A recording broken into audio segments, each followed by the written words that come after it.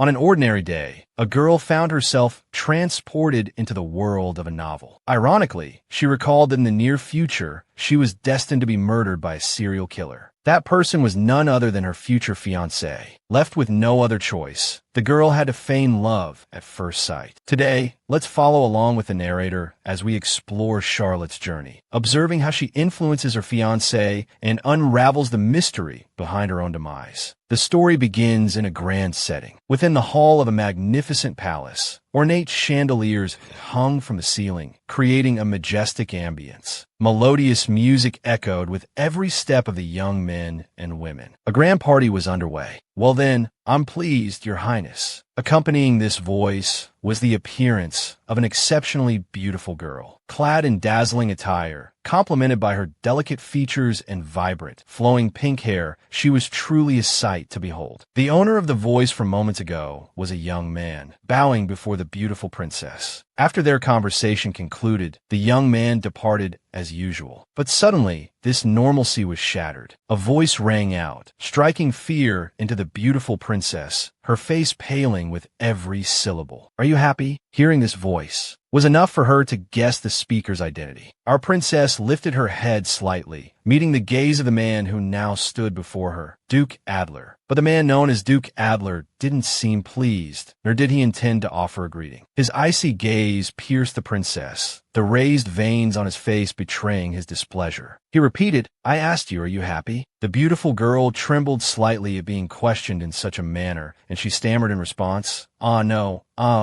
Then she attempted to explain, "The reason I danced with Duke Killian is that the main guest of the party must be the first to dance, so—" But her explanation fell on deaf ears. Duke Adler grew angrier with each word, his gaze turning even icier. Seeing his increasingly furious expression, the girl forced a smile and said, "It seems I'm attracting too much attention in the middle of the hall. I should return to my seat now." Just as she was about to escape this awkward situation, her arm was suddenly seized by Duke Adler. He pulled her closer, bringing her face near his own. Duke Adler, with his golden hair and blue eyes, possessed a flawless countenance. He spoke softly, "Dance with me." Simultaneously, Duke Adler directly took the girl's hand, giving her no chance to refuse. Adler's actions left her deeply embarrassed, and she stammered, "Duke." Then, following the rhythm of the music, they stepped into the dance. As they danced and moved to the center of the hall, Adler couldn't help but begin his reprimand. "You said you fell in love with me at first sight. So what are you doing with another man?" The girl retorted, "Well, I didn't do anything. I was just dancing so the party wouldn't be interrupted." Adler brought his face closer to the girl's and began to threaten. "Listen well, I'm the type to become obsessed with my woman." Hearing this, the girl stammered, What?" Adler pressed close to her, whispering in her ear, "If I smell another man on you, I'll immediately want to kill him." As he spoke these words, Duke Adler's face and eyes were devoid of any warmth. The girl was terrified by his words. At that moment, she remembered everything that had led to this situation. She said to herself, "Shouldn't I take a break? Assuming I'm the one who transmigrated into this novel, and this man in front of me is a serial killer, and even I am one of his victims." The first day of transmigrating into this novel was the worst possible moment. I appeared in a magnificent palace, with two men standing before me, accompanied by that resounding reprimand echoing in my ears. "Princess Charlotte, you're late again." Suddenly appearing in an unfamiliar place, facing strangers, left me utterly bewildered. Late? Late for what? No one explained the current situation to me. Suddenly, the man seated in the chair continued, "Tomorrow is your engagement ceremony with the Duke. This matter will be announced throughout the entire empire. The wedding will take place 6 months later. This is your fiancé, Duke Elanius von DM Adler." The news struck me like a bolt of lightning, leaving me utterly speechless. What?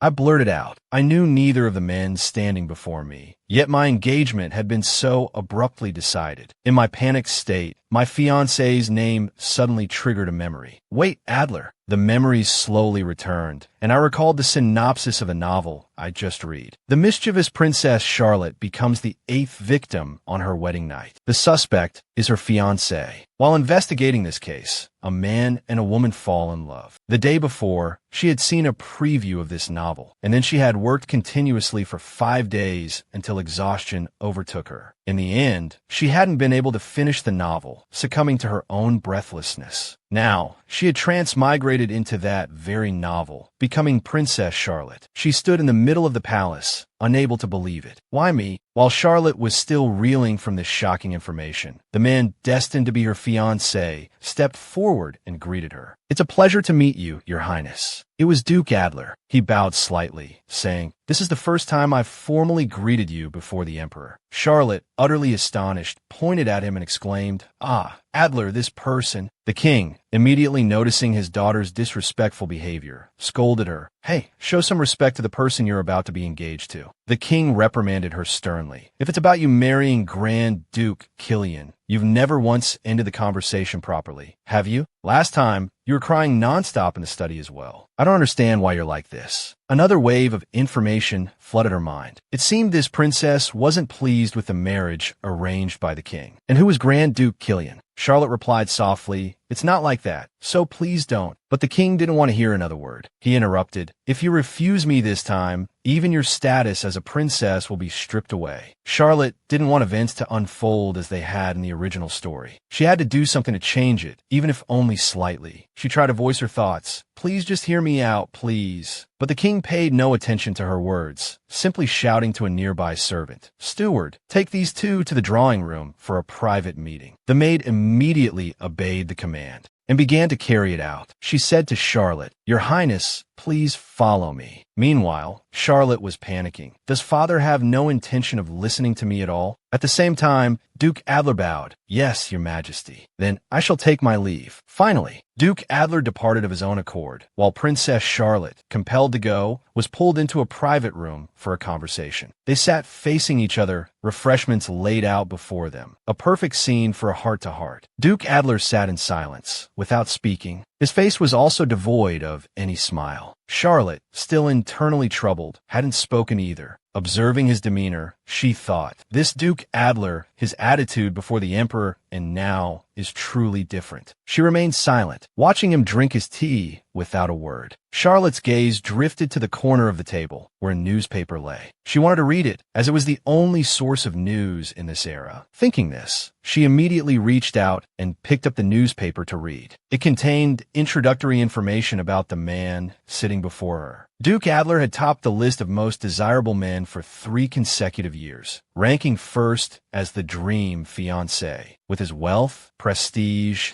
and appearance, the question was which lucky woman would become his marriage partner. Duke Adler, the most perfect man in the empire, and his marriage partner was her, a rebellious princess. But I knew the truth. He intended to marry someone else. Of course, no one in this empire knew this secret. After a period of silence, Duke Adler finally spoke his first words. "This is a political marriage anyway, not a relationship where both parties desired to meet. So let's just meet on the wedding day. There's no reason for us to be alone like this." As Charlotte listened to the Duke's words, she thought, "The day I'm murdered is the first night of our honeymoon. In other words, if I see him at the wedding, it means he'll kill me the next time we meet. I can't let that happen." Duke Adler is the most outstanding man in the empire. Even if I said he was a murderer, who would believe me? But in my previous life, I was a prosecutor in the Anti-Corruption Investigation Department, always immersed in investigating murder cases. I have experience dealing with these matters. For the Charlotte in this story, or rather, for me, to live a peaceful life and not face death within 6 months of marriage, I must personally find evidence of this serial killer. There's only one way to do that, and that's to find evidence through secret dates. Charlotte placed her hands on the table and began to speak. "Hey, Duke." She smiled faintly and said, "I've fallen in love with you at first sight, Duke, so please go out with me." Duke Adler was so surprised that he couldn't swallow the tea he had just taken. The liquid dribbled down, staining his clothes. Wiping the tea from the corner of his mouth, Adler said, "What on earth are you talking about?" Charlotte continued to feign a bright, infatuated expression. "I fell in love with you, Duke, the moment I saw you. I want to marry for love, not politics." Naturally unwilling to believe this preposterous joke, Adler looked annoyed. "Your Highness, are you asking me to believe this absurd story? You surely haven't forgotten that this morning you were begging His Majesty to marry Duke Killian. Even the stray dogs know you were trying to persuade him." Duke Killian, the one His Majesty and Duke Adler had mentioned earlier. It seemed this princess had a secret crush on that man, and because Duke Killian hadn't reciprocated her feelings, she was acting so impulsively. But she wasn't that princess. She wanted to protect her life and find the killer, so she would continue the charade. A besotted expression returned to Charlotte's face. Thanks to the Duke's captivating aura, I've forgotten all other men. You see, I fall in love easily. Hearing Charlotte say this, Adler didn't know how to react. Aura? What aura? The performance had to continue. Charlotte was happy to explain. That charm, you know. Charlotte handed him the newspaper on the table. You're also the #1 man I'd most like to date in the Empire, Duke. Just then, a voice rang out, announcing the king's arrival. His Majesty the King. Charlotte turned around joyfully, calling out to her father. Feigning ecstasy, she ran to take the king's arm. Father, I'm so glad you chose Duke Adler as my fiancé. I want to date him and get to know him before we marry. Hearing his daughter say this, the king finally smiled. It seems our Charlotte really likes the Duke. Good, she's finally come to her senses. The king walked up to Adler. Duke Adler, I entrust my youngest daughter to you. Seeing Adler's slightly bewildered expression after the king finished speaking, he immediately asked, Is there a problem, Duke Adler? Adler quickly regained his composure, bowing slightly. Oh no, I will obey your command. After the meeting, Charlotte sat in her room, replaying the events in her mind. She gently touched her new face. Such a beautiful face. But the maid behind her seemed to misunderstand her actions. With a slightly strained smile, she asked, Princess, shall I prepare for the wedding? But Charlotte didn't register the maid's words, lost in thought about the plot. All she knew was the synopsis of the story. The mischievous Princess Charlotte, that was her. The 8th victim of a serial murder case, and her fiancé, Duke Adler, the prime suspect. Charlotte's eyes narrowed in thought, her gaze revealing her determination. I need more information. Charlotte turned to the petite maid standing behind her. What's your name? The maid curtsied. And my name is Martha. How long have you worked here? Charlotte continued her questioning. Martha replied, I've been working here for 4 years. Charlotte tilted her face up slightly, her eyes hardening, a touch of regality suddenly present in her expression. So what is my name? She asked. The maid, Martha, was thoroughly bewildered by the princess's sudden shift in demeanor. Fearful of making a mistake, she replied even more carefully, You are the princess. You are Princess Charlotte Vonda of the Asgard royal family. After answering, Martha fearfully lowered her head, but the next words left her speechless. Why is the name so long? Martha looked up at the princess with a puzzled expression, but Charlotte was busy repeating the name to herself. Charlotte Fonda, Asgard Royal Family. Turning back to Martha, Charlotte continued, I'll tell you the truth. I don't remember anything before yesterday. Charlotte adopted a look of mournful helplessness. In fact, I don't even know who I am. In reality, Charlotte was taking a gamble. It was an imperfect solution. Would she think I'm lying? Contrary to her worries, Martha suddenly raised her voice. That's actually true. You have always been in poor health, and a few days ago, you lost your memory due to fasting. Then Martha promptly burst into tears. No one in the royal family visited you. Our poor princess, she shouldn't have had to endure so much, tormented by that so-called wayward, true Charlotte. She shouldn't have these feelings, but if she had been working for 4 years, then clearly Martha was a kind soul. Charlotte approached and patted the maid's shoulder. But I'm sure of one thing. I trust and like you very much, Martha. Martha nodded slightly in gratitude. Thank you for your kindness. Because of my current condition, it wouldn't be good to let everyone know, so only you and I will know. You'll be the only one by my side. Martha spoke with newfound confidence. Of course, I will take good care of you from now on. Please believe me. Martha continued, a thoughtful expression on her face. Speaking of which, Princess, you occasionally had these memory loss episodes. Charlotte gasped. Me? Martha reminisced. Charlotte used to scold the maids, thinking, I'm messing around. Yeah, don't talk nonsense. I never did such a thing. Again, who are you? I would never keep a maid like you. Get out. Finishing her recounting, Martha said, that's how it was. Charlotte was genuinely speechless. That's quite a memorable situation. Afterwards, she gathered information about Charlotte from Martha. Charlotte's mother, or rather, my mother, was the emperor's concubine. She died after giving birth to me. His Majesty the Emperor loved my mother very much, so he acknowledged me as a royal princess despite all opposition. It would have been nice if he had taken responsibility and raised me properly, but the empress seemed to lose interest in me after granting me the title of princess. It's only natural that the Empress and her children, the Empress's legitimate children, disliked me. The astute nobles also ignored me. I only had the title of princess, without any support or influence. But why did I fast? Martha answered with a faint smile. Actually, I was on your side regarding the engagement with Duke Killian. Duke Killian is the Duke of the Northern Duchy. He was the object of Charlotte's ardent, unrequited affection. But contrary to Charlotte's love, he greatly disliked and looked down on her. But Charlotte still decided to go on a hunger strike for the engagement. It was a terrible one-sided love. But even though the princess did wrong, Duke Adler agreed to marry her. I don't know what he saw in her to make that decision. Martha, can you bring me last week's newspaper? Charlotte asked, placing her teacup on the table. Martha carefully brought the newspaper she had collected from the past few days. I need to keep a close eye on recent news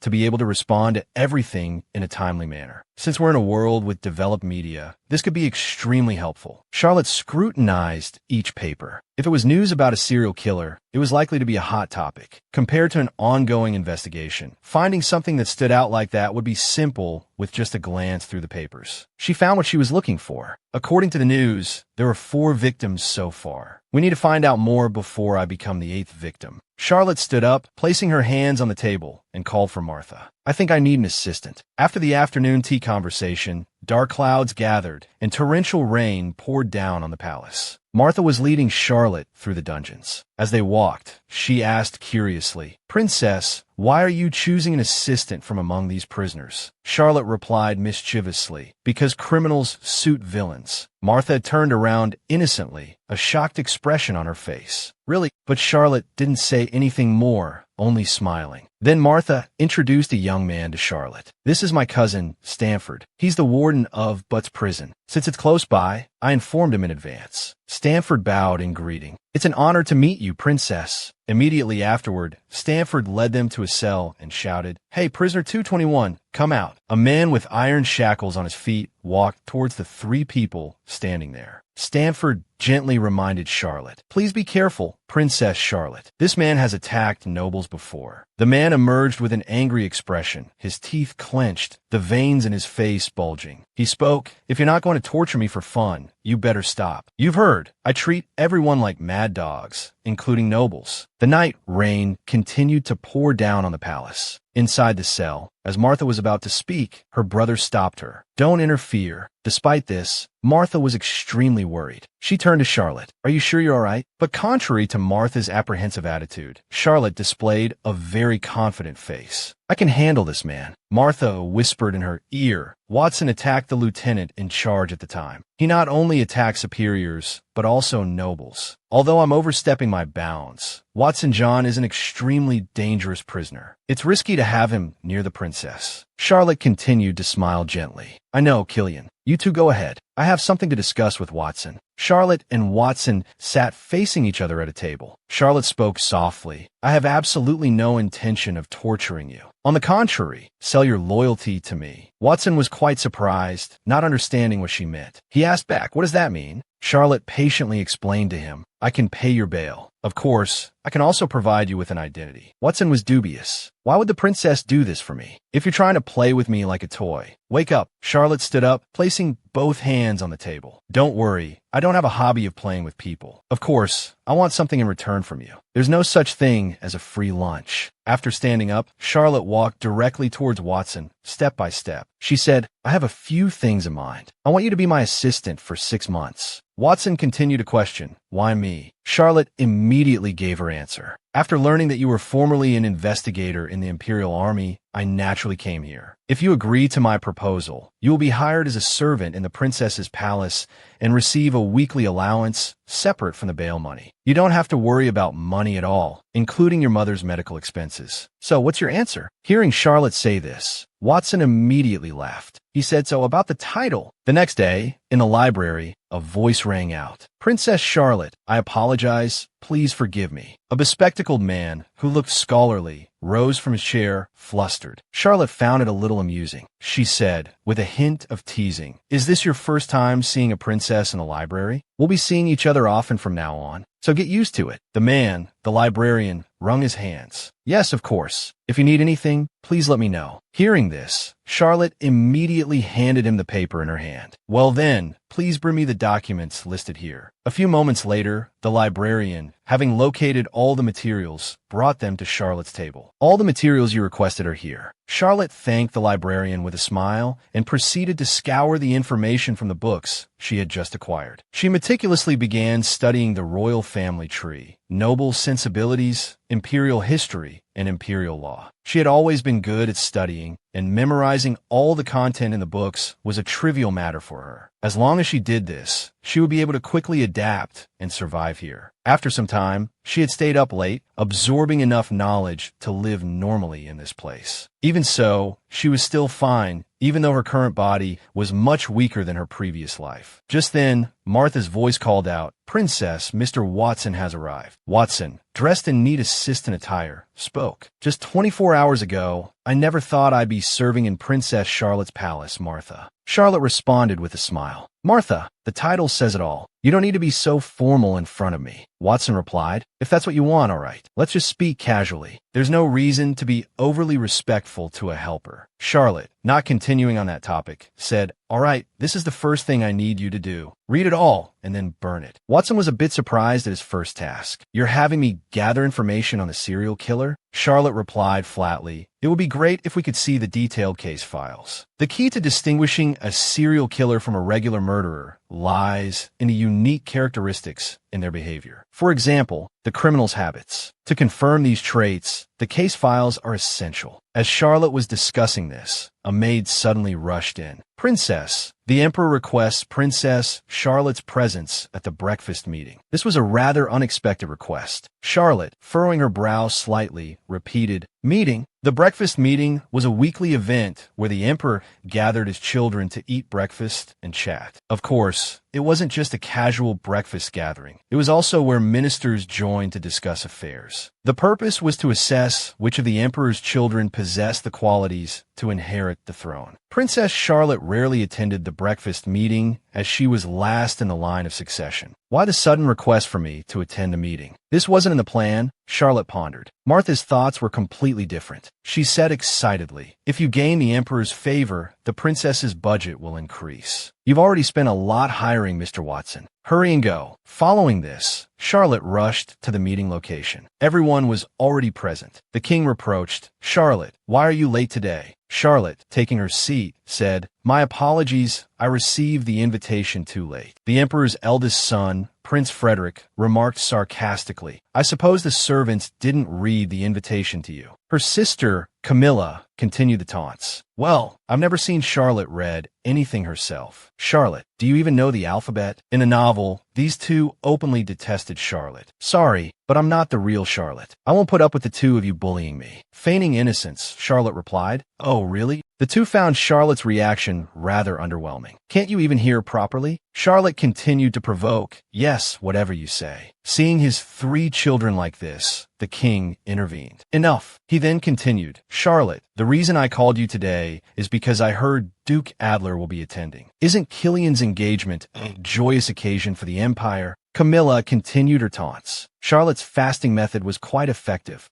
By becoming thin, you easily switched from Duke Killian to Duke Adler. Frederick added, "Wasn't Charlotte fasting? I thought you were lacking in culture or knowledge or something. But did you receive flowers?" "Oh my, it seems the floral scent from earlier was coming from Charlotte's hair." Unkind laughter followed. Charlotte simply smiled, pretending not to care about what they were saying. Naturally, her attitude made her sister feel like she was punching cotton, and she became extremely irritated. But her emotions didn't affect Charlotte in the slightest. Charlotte looked at Adler and gave a faint smile. She observed Adler carefully, thinking, what a murderous look in his eyes. Then Charlotte immediately put on a bright smile and winked at him. That wink made Duke Adler immediately spit out the tea he had just been drinking. The Emperor asked with concern, "Duke Adler, have some water." Adler apologized. "Your Majesty, I am so sorry." The conversation continued. "So, a bountiful harvest is expected this year. If this continues, the price of wheat is likely to fall significantly. What about mobilizing the army to abandon wheat fields? The supply must be reduced to maintain the price." A dissenting voice spoke up. "No, we should prioritize addressing the root cause. We just need to export the surplus wheat to neighboring countries." Someone looked at Charlotte and asked, You haven't attended the breakfast meeting in a long time. Why don't you try giving your opinion? Charlotte sighed, slightly weary. Her brother, the prince, continued his taunts. If you're going to suggest resolving this sacred harvest like last time, don't bother. The throne isn't meant for me anyway. I've decided to remain silent and observe. But if I just endure this, I won't be satisfied. I don't think your ideas can solve the problem. The two of them retorted, what? Charlotte said with a smile. If you mobilize the army to abandon wheat fields, won't the public be very dissatisfied? You're all making a mistake. Frederick, criticized like this for the policy he had suggested, couldn't control his emotions and stood up. What? Charlotte thought. Just because the wheat production has increased, some wheat fields have to be eliminated? Frederick's perspective is biased, considering the equilibrium price between supply and demand. Then she turned to her sister. And Camilla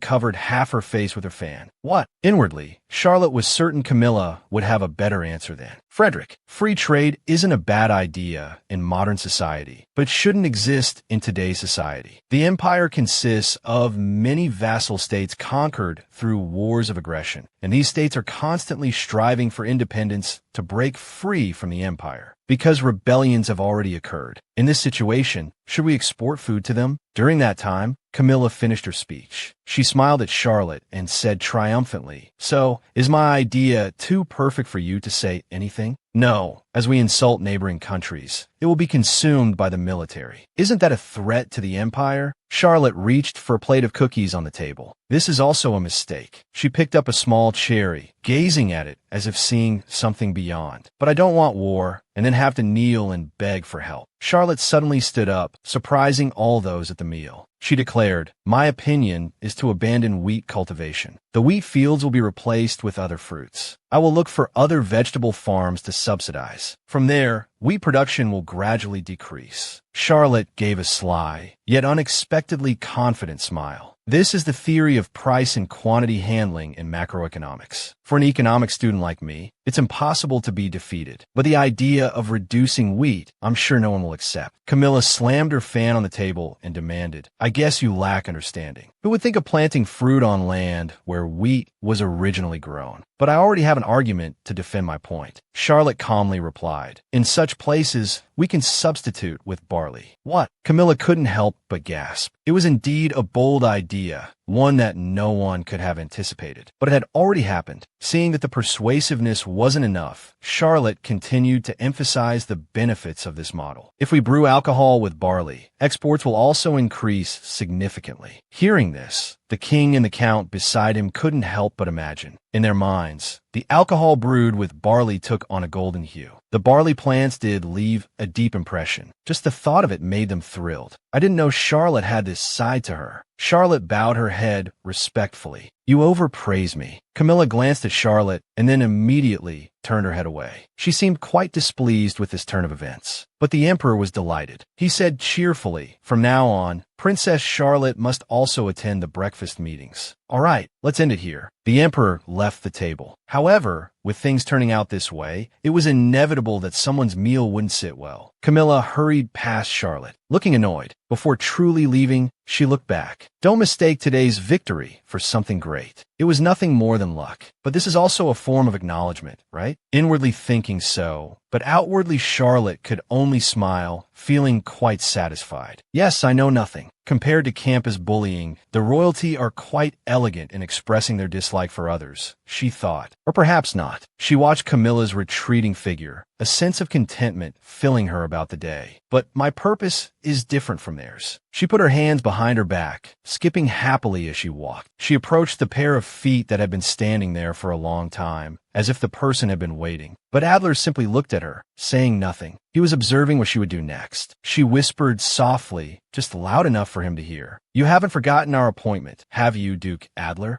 Today is our date." She leaned closer to Adler's shoulder, acting cute. They went to a park filled with flowers and sat at an elegant chair and table. But the atmosphere felt strange. Charlotte had felt it was odd from the beginning. Before this, it should have been normal. It seemed something was different now. This atmosphere is so tense. If I laugh now, it'll feel like a joke. She looked directly into the Duke's eyes, truly registering the judgmental gaze. They weren't usually like this. She initiated the conversation. "Your name is Elanius von DM Adler, right? He replied calmly. That's correct, Princess Charlotte von der House. Just hearing the name made Charlotte frown. Oh my, what a devilishly long name. She immediately came up with an even bolder idea than the one she had proposed earlier. Well, your name is too long. Can I call you Lanius? Adler's face remained expressionless, cold as ice. Not allowed. You could just call me Charlotte. But he was quite blunt. I don't like it. Inwardly, Charlotte screamed, what is he, a cold iron wall? But Charlotte put her sweet smile back on. She said cheerfully, all right, let's enjoy this moment. Now, I want to ask you a few questions. From now on, if you want, you can refuse to answer or not answer at all. She seemed full of anticipation for his responses. But it seemed the Duke didn't quite understand what Charlotte was planning. What are you talking about? She suddenly realized,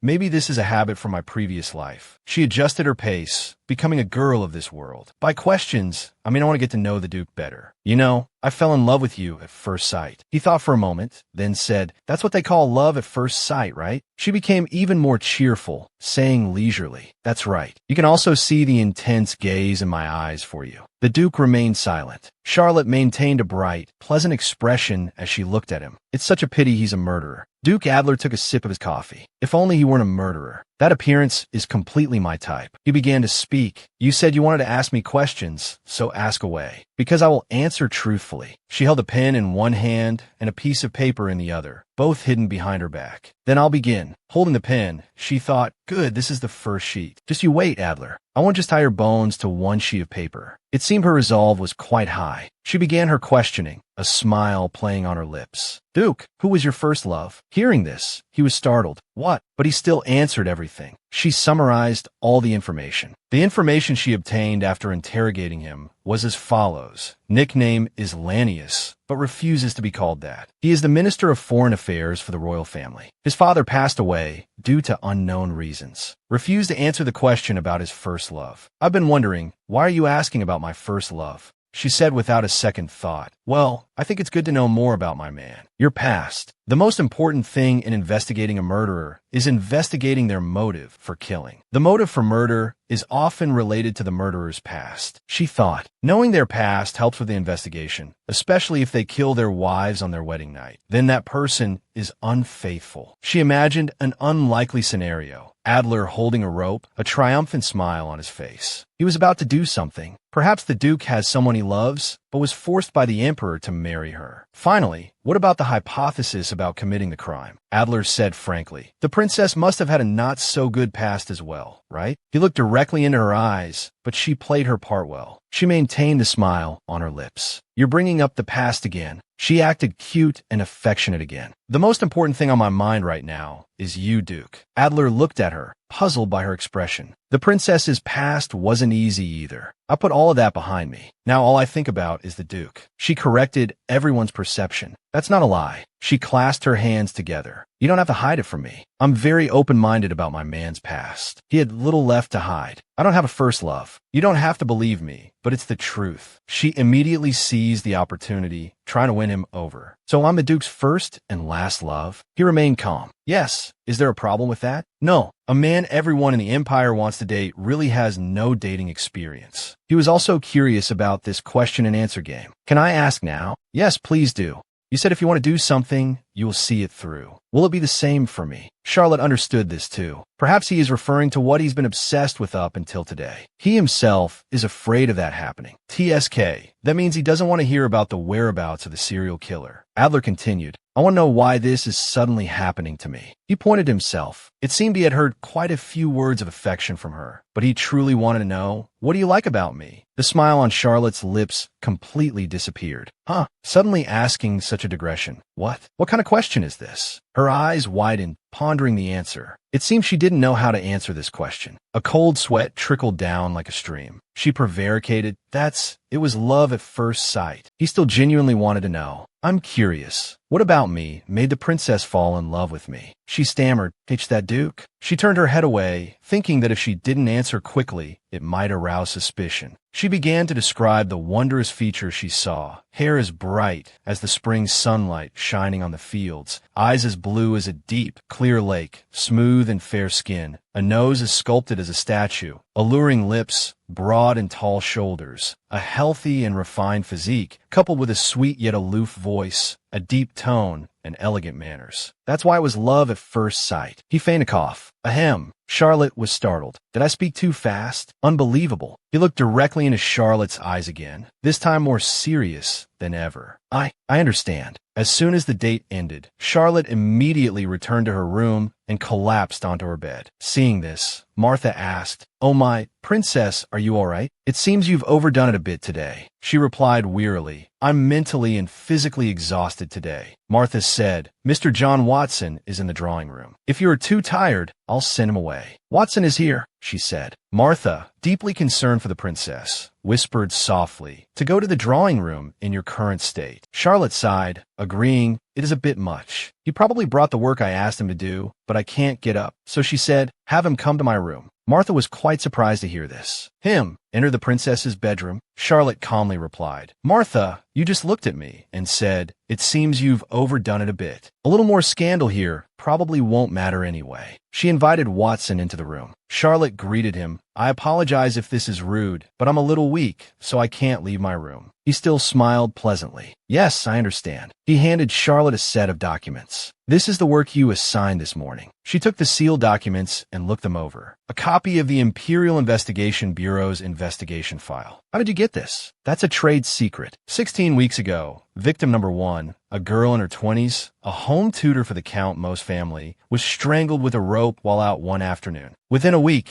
victim number 2, a male in his 30s, head chef of a high-class steakhouse, was strangled late at night. Victim number 3, a female in her 40s, owner of the little bakery, which mainly catered to commoners, was strangled while volunteering. Victim number 4, a male close to 40, the Minister of Foreign Affairs for Marquis Dust, was strangled with a rope near his home early in the morning. Charlotte, too, imagined herself meeting the same end. She said, "All the victims were strangled with a rope, correct?" Watson said, "Therefore, the suspect is over 180 centimeters tall. I'm guessing a trained, strong man. Also, are these indiscriminate serial killings without a specific motive? Duke Adler is indeed a strong man who graduated from a military academy. But there's more than 1 or 2 men like that. With this hypothesis, you can't prove that the Duke is the culprit. As expected, we still need to check the culprit's specific motive and method. Confirming the crime scene or the body is difficult, right? The most recent case occurred 3 months ago, so the scene must have been cleaned up and the body decomposed. That's all that could be confirmed from the investigation file." Charlotte sighed. "That's a shame." Watson was curious. "May I ask why the princess is investigating a serial murder case?" She gave an upward curving smile, placing the documents on her lap. "It's a secret." He wasn't going to pry further. He said, "Well, I'm just following orders, so the reason doesn't matter. Is there anything else you would like me to do?" She answered without hesitation. "I want to investigate Duke Adler." Watson was quite bewildered. "The Duke is the princess's fiancé. If it's related to him, shouldn't you know better than I do?" Watson said, "Are you curious about the Duke's relationships with women?" This time he guessed correctly. She said calmly, "Of course, everything. The more discreet, the better." He readily accepted. Yes, I understand your feelings. Then I'll accept this order." She couldn't tell John the purpose of the investigation yet. Even if others found out she was investigating the truth about Duke Adler, it would only serve to reveal her wicked nature. Watching Watson depart from above, she thought, "I've assigned the task of investigating Duke Adler. I wonder if he's arrived yet." In the Duke's room, Adler was working when he heard the door open. His servant brought a letter. Adler surmised, "She sent another letter today?" The servant said, "Yes, she has been sending you letters every day recently." He opened the letter and read it immediately upon receiving it. The first line that caught his eye read, "The Duke's handsome face keeps me awake at night. I miss you madly. Would you be willing to meet with me?" On Charlotte's side, Martha excitedly ran into her room, announcing, "Princess." She held up a letter, seemingly very supportive of their relationship. "We finally receive a letter from the Duke." Charlotte was surprised by the news. Despite sending multiple letters, this was the first time she received a reply, so she was a little taken aback. She thought, is it because I persisted in sending letters that he changed his mind? The content of the letter was, "Meet in front of the Opera House. At what time tonight?" She thought to herself,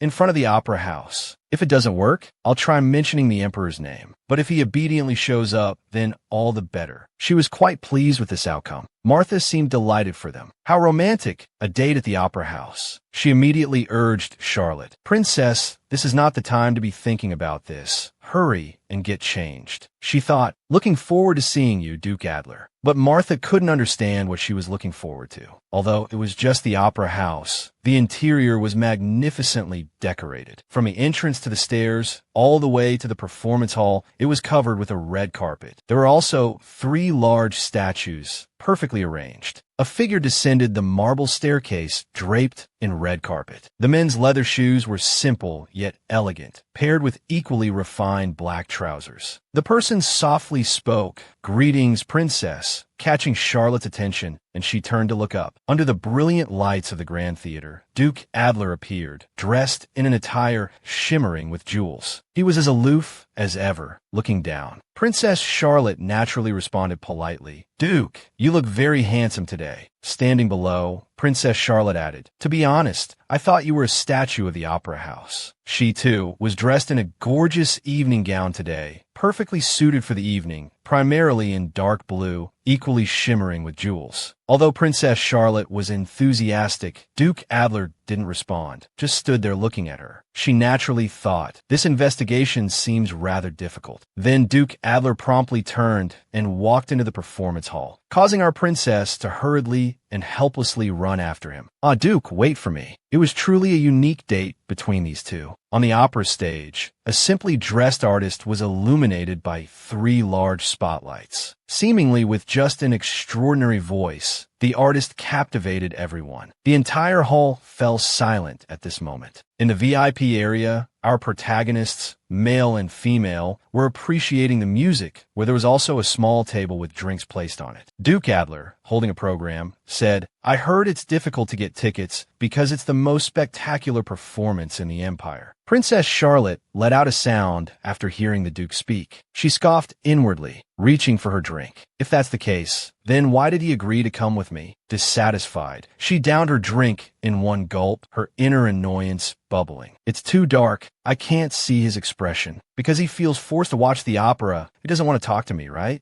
Watching Duke Adler on their date, not saying a word, not paying attention to the performance, and constantly immersed in reading the program, Princess Charlotte couldn't help but think, "His behavior is like telling me not to bother him." But she still decided to speak up. "Actually, I didn't really want to see this expensive performance. I just wanted more time to chat with you." Truly a princess. Even if she didn't mean it in her heart, she knew how to speak. Sweet words accompanied by a brilliant smile, clearly visible even in the dim light. She added, "I would be happy if I could see your face." In the end, Duke Adler didn't respond, causing Princess Charlotte to take another sip of her drink to ease her frustration, thinking, "So I can investigate him. If he doesn't cooperate the way I want, then nothing will be gained." Duke Adler finally spoke. "I can't do this every day." This surprised Princess Charlotte. "Why?" By now, her glass was also empty. Duke Adler put down his program and spoke more seriously. "I mean, I can't meet you every day." He turned to the princess to explain the reason. "Because my schedule is very busy. So once a week." The princess immediately put on an extremely pitiful expression, her eyes sparkling as she looked at the Duke. "Only once a week?" Seeing Charlotte's expression just now, the Duke seemed to reconsider, stroking his chin in thought. "Meeting twice is possible." Hearing the Duke's new answer, Princess Charlotte immediately brightened, smiling radiantly. "I want to see the Duke every day, but twice a week is enough." She was truly skilled at flattery. On the surface, that was the case, but inwardly, her eyes held a completely different look. A great black smoke churned within her, accompanied by the thought, "Twice a week is enough." My gaze seems to have fallen to the floor. "Next, I'll take you somewhere secluded." Then, her sight and hearing gradually faded, unable to see or hear anything anymore, except for the word princess. Perhaps a while later, she awoke, clearly hearing the call, "You should wake up." It was Duke Adler's voice, the sturdy man whose shoulder she had been leaning on. She looked quite tired, with noticeable dark circles under her eyes. Regaining her senses, she abruptly sat up, her eyes widening. Duke Adler remained in place, allowing Princess Charlotte to lean comfortably. It turned out that Princess Charlotte hadn't just taken a short nap, but had slept for quite a long time, so long that the performance had ended, the audience had left, and the hall was empty. She could only stammer, "Why is it over?" Indeed, the performance had ended, and the cleaning staff had even come in to prepare for the next audience. Unable to maintain that posture any longer, she got up and returned to her original position further away from Duke Adler, her eyes vacant. She didn't know if it was because she missed the performance or because she couldn't investigate the person beside her. Is it really over? She had been too careless. Did I just fall asleep on the shoulder of the murderer who's trying to kill me? She was not only surprised, but also frightened. She rubbed her head to compose herself while saying to Adler, "I haven't been sleeping well lately." She was truly unhappy about this unexpected situation. She frowned. Perhaps he'll think I'm an ill-mannered woman. Lost in her thoughts and worries, someone said, "You haven't been sleeping well because of me?" Seeing the Duke ask this, Princess Charlotte hadn't yet processed it, only letting out a small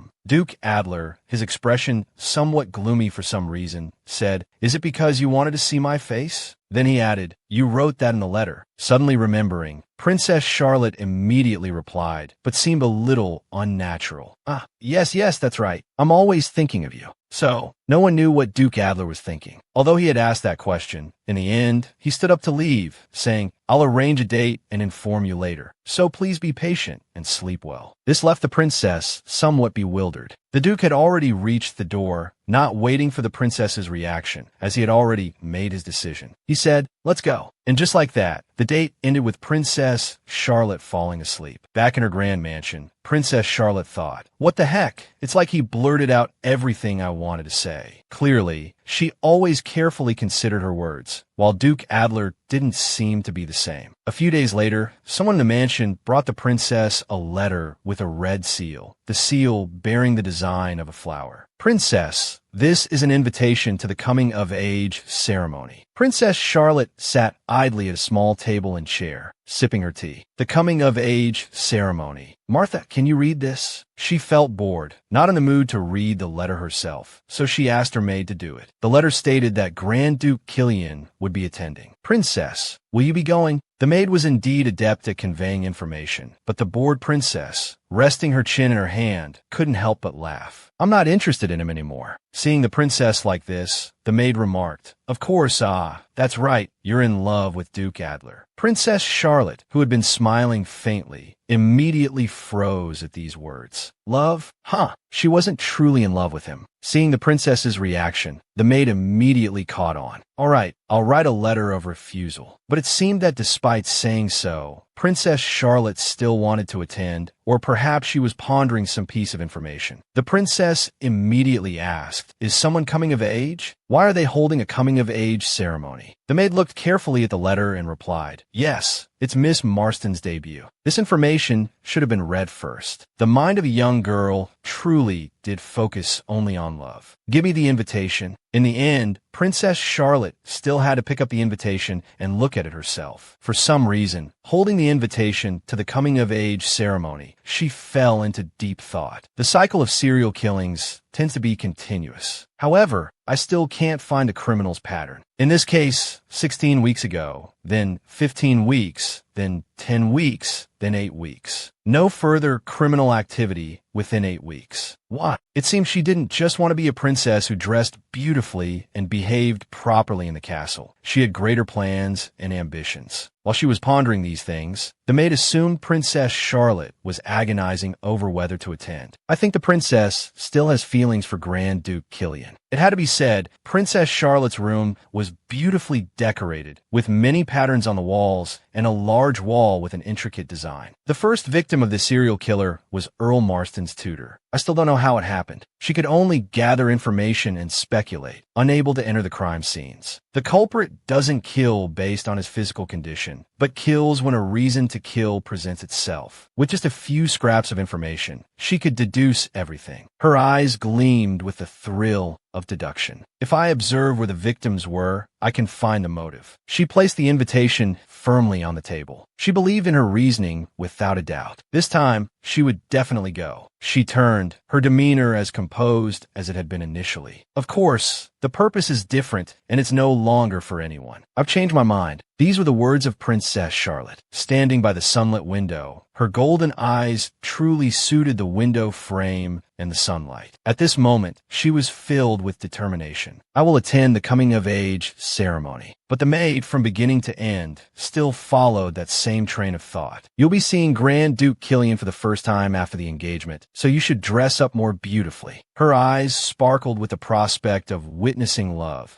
But this was a huge misunderstanding, which, of course, Princess Charlotte needed to deny. I'm not interested in him anymore. Her eyes, which had just been gleaming, now dimmed. But Princess, what is it? You don't care about that, do you? For some reason, the maid's vague statement caused Charlotte to react with extreme surprise. What nonsense are you talking about? Then she walked to the wardrobe and flung open the doors, searching for clothes. Perhaps this was the most justifiable reason for her to attend the ceremony. Princess Charlotte immediately grabbed some short, dynamic dresses. Pointing to the wardrobe, she said confidently, "Look what we have here." She truly didn't want to waste time dressing up beautifully, as her main objective didn't require beauty and finery to attract attention. Seeing this, the maid stammered, questioning her mistress's decision. "Princess, are you sure? I know what kind of person you are, but you should wear a slightly different dress that day." The maid was quite distraught at her mistress's decision, but still offered alternatives. However, the princess insisted, as long as it's eye-catching and brightly colored. This made the maid cover her mouth and sob. Looking up, it was unknown what Princess Charlotte saw or remembered, but she looked shocked. "What?" Then came an ear-splitting scream that could reach the ears of beasts. This must have been a regular occurrence, because the maids working downstairs simply said to each other, "It's been quiet lately, but it seems to have started again." Poor Martha, today. Back in Princess Charlotte's room, the snow-white beaded dress, like a wedding gown, was excessively luxurious, covered all over with beads. A sexy dress, revealing both chest and back. Its transparent design couldn't be more daring. The last one was as tacky as could be, a dress that looked like a marshmallow with an abundance of lace. It was excessively liberal. If you don't remember, you always chose eye-catching dresses to attract the Grand Duke's attention. With Martha's detailed description, the memories immediately flooded back. Apparently, those outfits hadn't gotten him to notice her. He'll think I'm crazy. Then what about this one? Another design, still a puffy dress, off the shoulder, with a transparent ribbon draped across the collarbone, exuding a bright and beautiful feeling. This was the dress she wore to Baroness Elena's wedding, a fluffy, voluminous gown. Remembering it brought extreme embarrassment. Our protagonist had the aura for attending weddings, but she'd stolen the bride's thunder. "Martha, why didn't you tell me sooner? What did Kate do after I put it on?" Princess Charlotte asked. "Well, the Baroness asked you to leave." It was an obvious fact, reiterated by the maid. "I need to buy a new dress." This was Princess Charlotte's final decision. But we don't have much of a budget. Who knew what the princess's purpose was? If she was going to investigate, any dress would do. "Martha, what should I do?" "There's only one way." Martha rushed to the wardrobe and rummaged through it. "How about this one?" She pulled out a dress. It seemed to be a white dress, short and a bit too bright, which made Princess Charlotte quite dissatisfied with it. Standing in front of such a large wardrobe, she still had to pull at her hair and scream, "No." The next morning, at a lush manor, there was a large gate leading to the gardens. Inside were neatly trimmed rows of trees and a small pond. Outside the manor, the grass, flowers, and leaves were also of vibrant green. Princess Charlotte and Duke Adler were strolling in the gardens. She wore a light, gentle green dress, quite different from the one she wore to the opera house that night. The Duke was also dressed in neat, aristocratic attire. Princess Charlotte said, "If you're busy, you don't have to attend the coming-of-age ceremony as my escort." Hearing the princess's words, the Duke's expression darkened, and of course, he also stopped walking with her, causing her to stop and look back. "Then what did the letter you sent mean?" The Duke looked down at the princess, his eyes filled with the desire to listen. The silver details on his attire shimmered in the sunlight, creating a luminous backdrop for his aristocratic features. "What? Which letter?" It seemed Princess Charlotte didn't fully grasp the situation as she asked back about her letter. "I'm talking about the letter you sent a few days ago." Duke Adler unfolded a piece of paper. Although the envelope had been discarded, he still kept the letter itself. The contents of the letter were, Every time I think of the Duke, my heart pounds. Would you be willing to meet me, somewhere where it's just the two of us? It was indeed a suggestive letter. Princess Charlotte took it in her hand and read it, then thought, it looks a little wrinkled. Perhaps she was beginning to speculate about something. I did write this. Why? Seeing that Princess Charlotte's expression was so different from the sentiment expressed in the letter, Duke Adler looked deeply at her, placed his hand on his chest, and asked, Princess, do you really like me? The princess seemed caught off guard, stammering,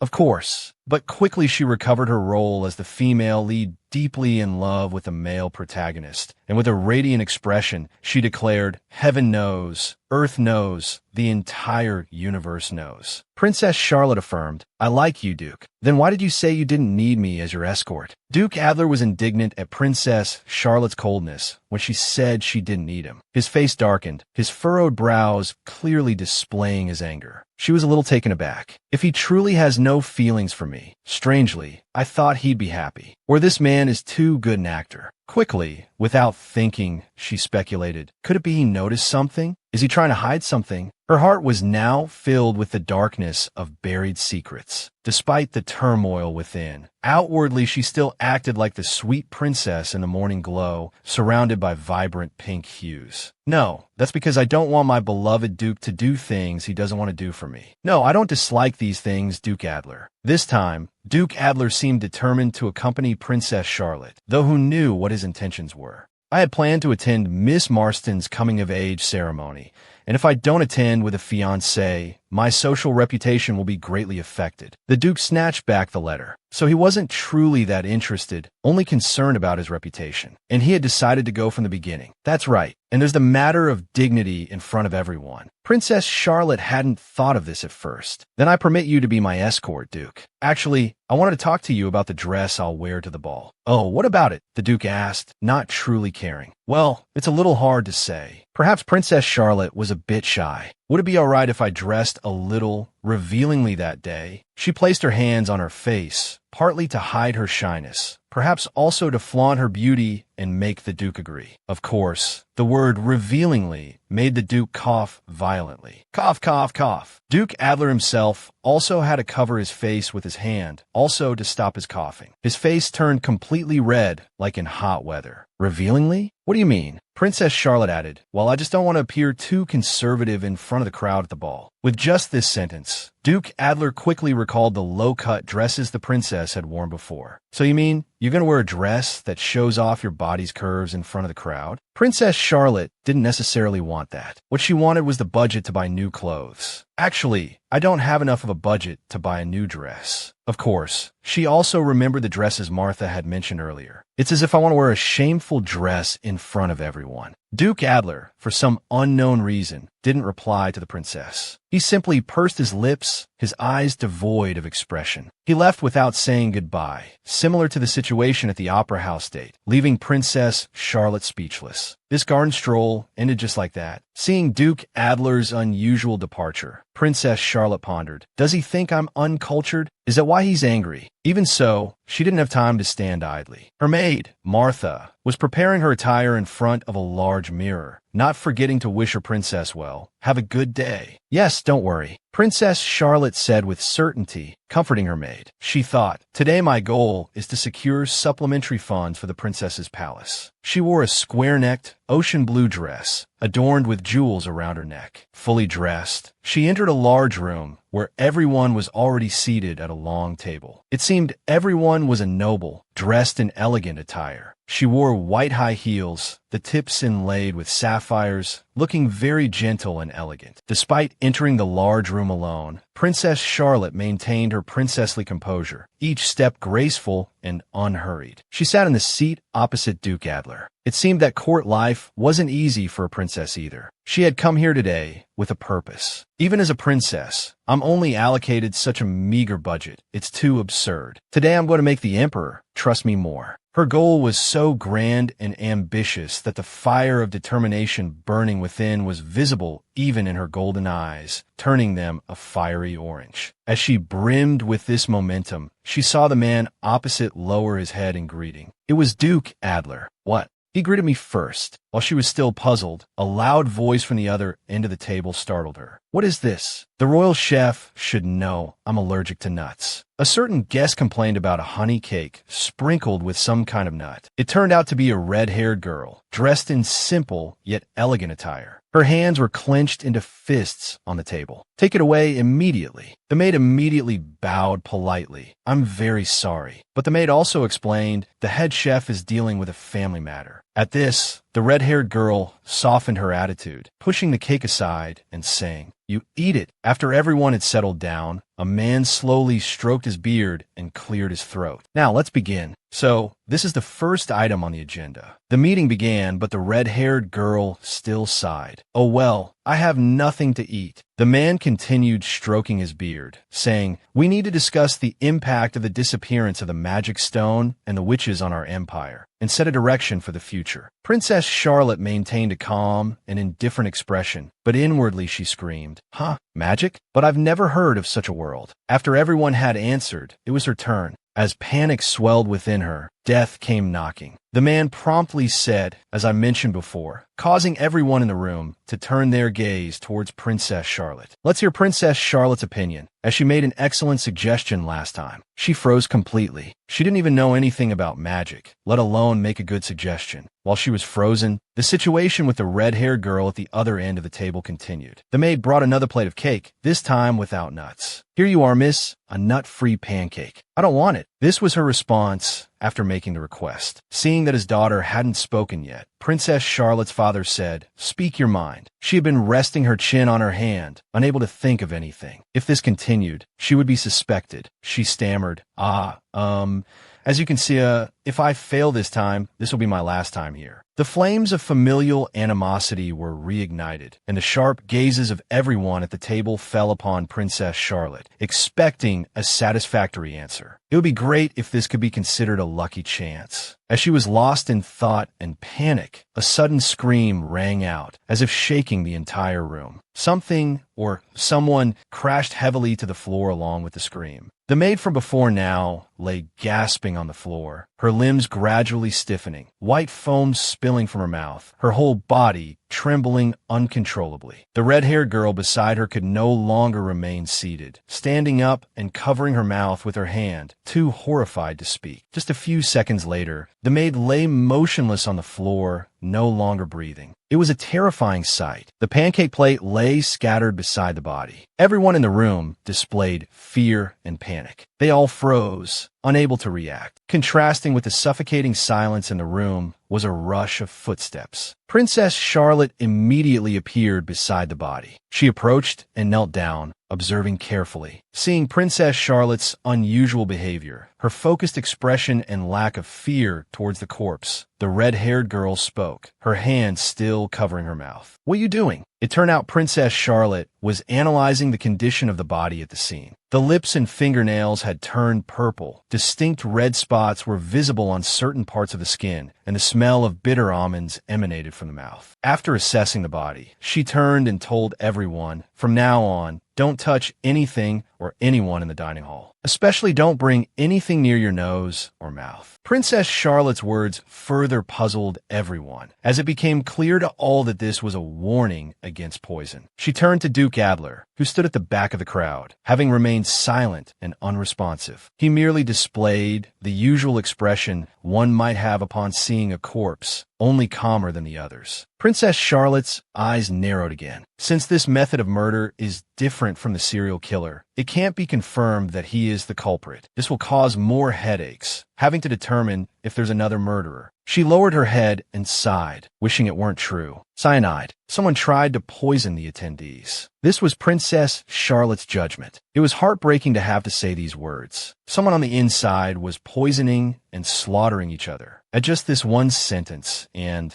Without waiting for confirmation, everyone was shocked. What? Perhaps some couldn't believe the betrayal, while others might have already partially guessed. Some feared their own schemes being exposed. Everyone had their own feelings, but they all showed the same expression, the one they wanted others to see, not how they truly felt. The room where the incident occurred was sealed off to secure information and detain suspects. 2 guards armed with sharp spears stood outside, preventing anyone from attempting to escape. Everyone inside was dejected. No one wanted to face this, and no one bothered to seek the truth. It was clear someone had to die. From beginning to end, only Princess Charlotte remained sharp, trying to uncover the truth. She was conversing with a high-ranking soldier. He placed his hand on his chest and bowed. "Thank you, Princess. We were able to prevent a great disaster." The soldier began to explain. "When we investigated the powder sprinkled on the cake, we discovered it was mixed with cyanide. We also found the poison in a sugar jar in the kitchen. Having received confirmation through the investigation, Princess Charlotte felt a slight sense of relief. We're lucky at least none of them were poisoned." Princess Charlotte pieced things together, recalling an earlier instance where the maid had cleared away dishes unsuitable for the guests. It's a shame to throw it away. This was the thought of the servants when faced with untouched, delicious dishes that had to be thrown in the trash. They craved those dishes, but perhaps it was because of this naivete that this maid had to die. Someone had sprinkled the poisonous powder on the food and plates. Then the maid brought those plates, picked up the cake, and ate it, and the poison spread. Impossible. Is the head chef the prime suspect? Who would be so bold as to poison everyone in the room? It couldn't be a coincidence, them poisoning each other and themselves. The head chef was absent, so the sous chef prepared this substitute meal. His job was to pan-fry the pancakes and sprinkle them with ingredients available in the kitchen, such as honey, sugar, salt, and nuts, according to the menu. After listening to Princess Charlotte, the soldier could only lower his head in worry. He kept saying he didn't know and wouldn't confess to the crime. We were trying to force a confession from him. Princess Charlotte quickly thought in a different direction. No, the head chef isn't the culprit. The head chef being absent on the day everyone was poisoned is suspicious, as he is always in the kitchen. The soldier explained again. As I said before, the head chef isn't here today, but he prepared the menu for the entire week. Indeed, Princess Charlotte knew and grasped everything. All dishes are managed under the head chef's responsibility. The head chef must have tampered with the sugar jar before leaving. As she spoke, she pictured the scene of the head chef committing the crime. Salt and sugar are precious ingredients in the empire, so the sous chef couldn't manage them. How do we catch the head chef before he escapes? At this point, Princess Charlotte was more certain of her reasoning. Even if she was wrong, the culprit needed to be caught. This cannot be allowed. We can't let the culprit who poisoned high-ranking officials escape. Upon receiving the order, the soldier and his companions immediately rushed out to apprehend the criminal. Quickly track down the head chef while there's still time. Just as Princess Charlotte had predicted, the royal head chef was, unfortunately, captured while attempting to flee the empire near the border. He was a Kadi spy who had infiltrated the royal court long ago. The court's security measures were so lax that someone lacking scrutiny had become the head chef. Looking back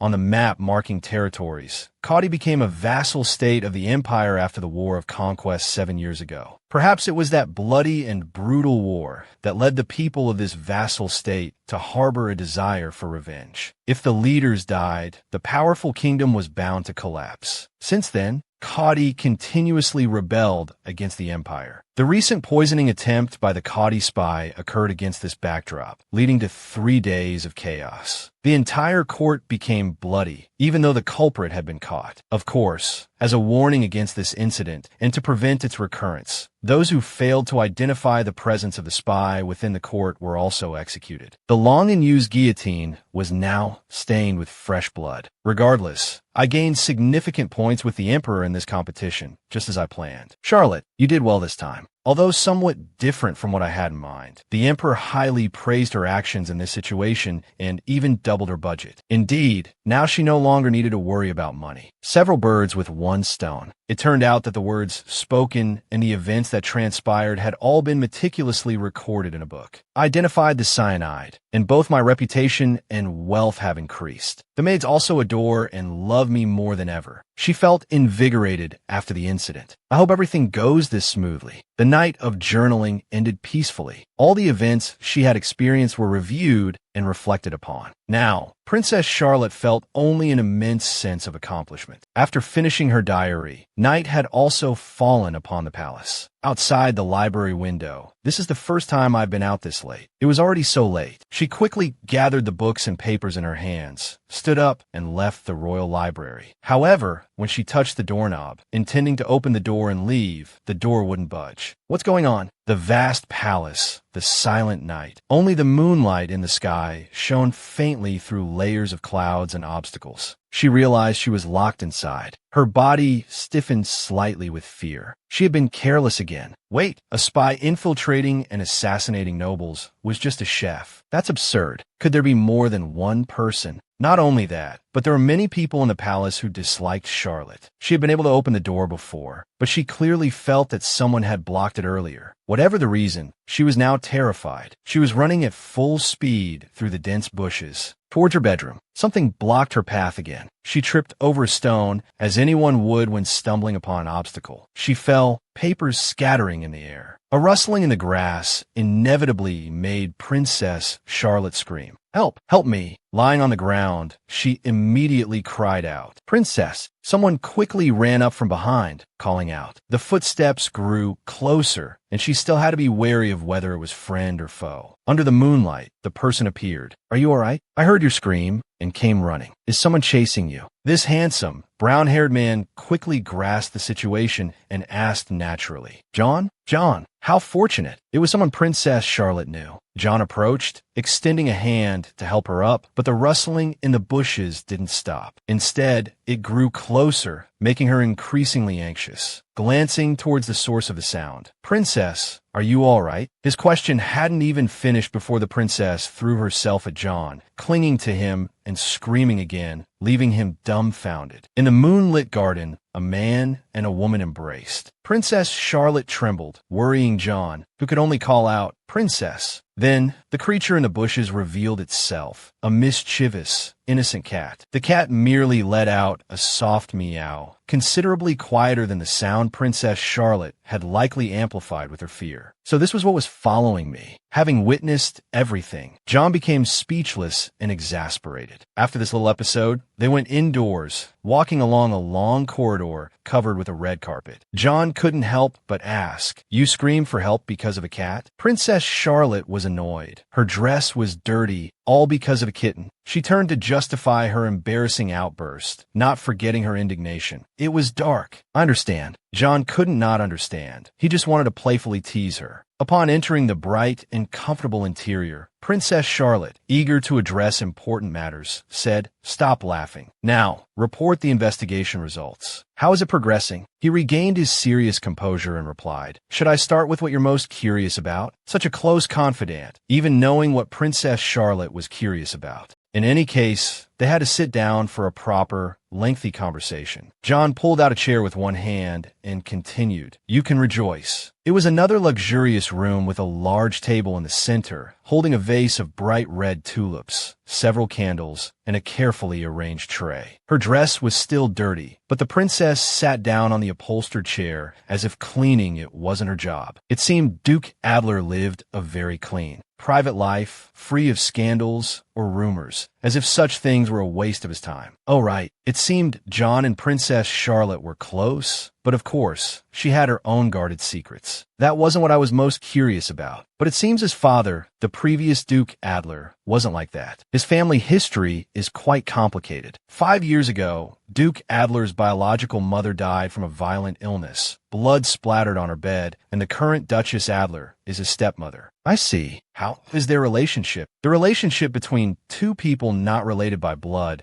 but living under the same roof, was always intriguing. It doesn't seem particularly close. Rather, he seems to be quite fond of his only remaining blood relative, his younger sister, Princess Bloomer. A princess said to be beautiful and gentle, with golden hair like her brother, always dressed in attire that makes her appear as fresh as a flower. Do you know why the Duke didn't join the Imperial Army after graduating from the military academy? Princess Charlotte wanted to ask a few more questions to confirm. Only Duke Adler knows the reason. Even those close to him find it difficult to know. Everyone says it's an obvious path in Asgard that having military service experience in the Royal Army leads to rapid promotion. The image of a bloodstained flag appeared. It seemed whenever the royal army was mentioned, there was only slaughter. Ever since the emperor achieved glory in the War of Conquest, soldiers have been treated well. So, why wasn't he conscripted into the royal army? Princess Charlotte was pondering the previous information when another piece of information arrived. The Duke of Adler's guardian was the first victim of the serial murder case. This shocking information made Princess Charlotte jump. Things were becoming too absurd. What? Tell me more. No longer thinking about anything else. This was the primary and crucial information. Seeing the princess's unusually focused expression, John questioned, "You trembled at the sight of a cat in the garden, so why investigate a serial murder case?" The princess had to clear her throat to regain her composure. "That cat. I was alone in the dark." The subject in question was now perched on the windowsill of the very room they were conversing in. "You don't even have proper guards, even though you're a princess." It was cruel, having to worry about the budget, and now finding out she didn't even have guards. That's also a situation, but I dismissed them all because they weren't like Killian. It turned out she disliked those soldiers. Princess Charlotte stubbornly disregarded her own safety, only wanting things done her way. Hearing this absurd reasoning, John couldn't help but laugh. He sighed, "You're amazing, dismissing all your guards for that reason alone. Still, I'm confident I can find suitable replacements." Then, John placed his hands neatly in front of him, offering his suggestion without hesitation. He lifted his head, looking directly at Princess Charlotte. While not as dazzling as Duke Adler, his sincerity made him shine and earned him points with the princess, thanks to his handsome face. The next day, in a very luxurious shop, filled with chairs and pleasantly cool from the air conditioning, convenient for changing and trying on clothes. The entire shop was decorated in elegant shades of gray and brown. The maid, Martha, already changed in a more casual attire outside, stood with her hands on her hips, displeased about something. "Mr. Watson, you must ensure the princess's safety." It turned out Martha was dissatisfied with John, the princess's new guard. More importantly, should I even be here right now? The problem, it turned out, lay with John, who believed there was no need to accompany two women choosing clothes. Princess Charlotte spoke up, stopping the argument and bickering between the other two. "It's hot outside, so both of you help me choose a dress." Today, Princess Charlotte wore a very unique outfit for shopping. Hearing the princess's decision, Martha immediately asked, "Yes, is Watson allowed to come?" Princess Charlotte leaned closer to Martha and whispered, "Don't be rude to him. John is protecting me for free." Hearing this, Martha was surprised and looked back in a fluster at the person she had just been grumbling at. Both girls wore eager expressions, wanting to curry favor. They looked at John, Martha no longer saying, "Mr. Watson," as she had before. "Thank you." Not letting the customers wait too long, the shopkeeper appeared, holding some evening gowns. "Your Highness, for Miss Mostyn's upcoming ball, many dresses have already been sold." Disappointed sighs came from both seller and buyers. The choices were greatly reduced. "It seems we're late." "Princess, there's nothing we can do about it. Fortunately, I have several new dresses I can wear. I just need to choose the simplest and most elegant one." For some unknown reason, after hearing the girls' conversation, John, who was dressed in black from his hair to his clothes, changed color. "Princess, are you going to wear a simple and elegant dress?" Although Princess Charlotte heard that there wasn't much left in the store, she wasn't discouraged. "Don't just stand there, John. Have a seat. You too, Martha." John was still shocked and stiff. "This is my first time in a place like this.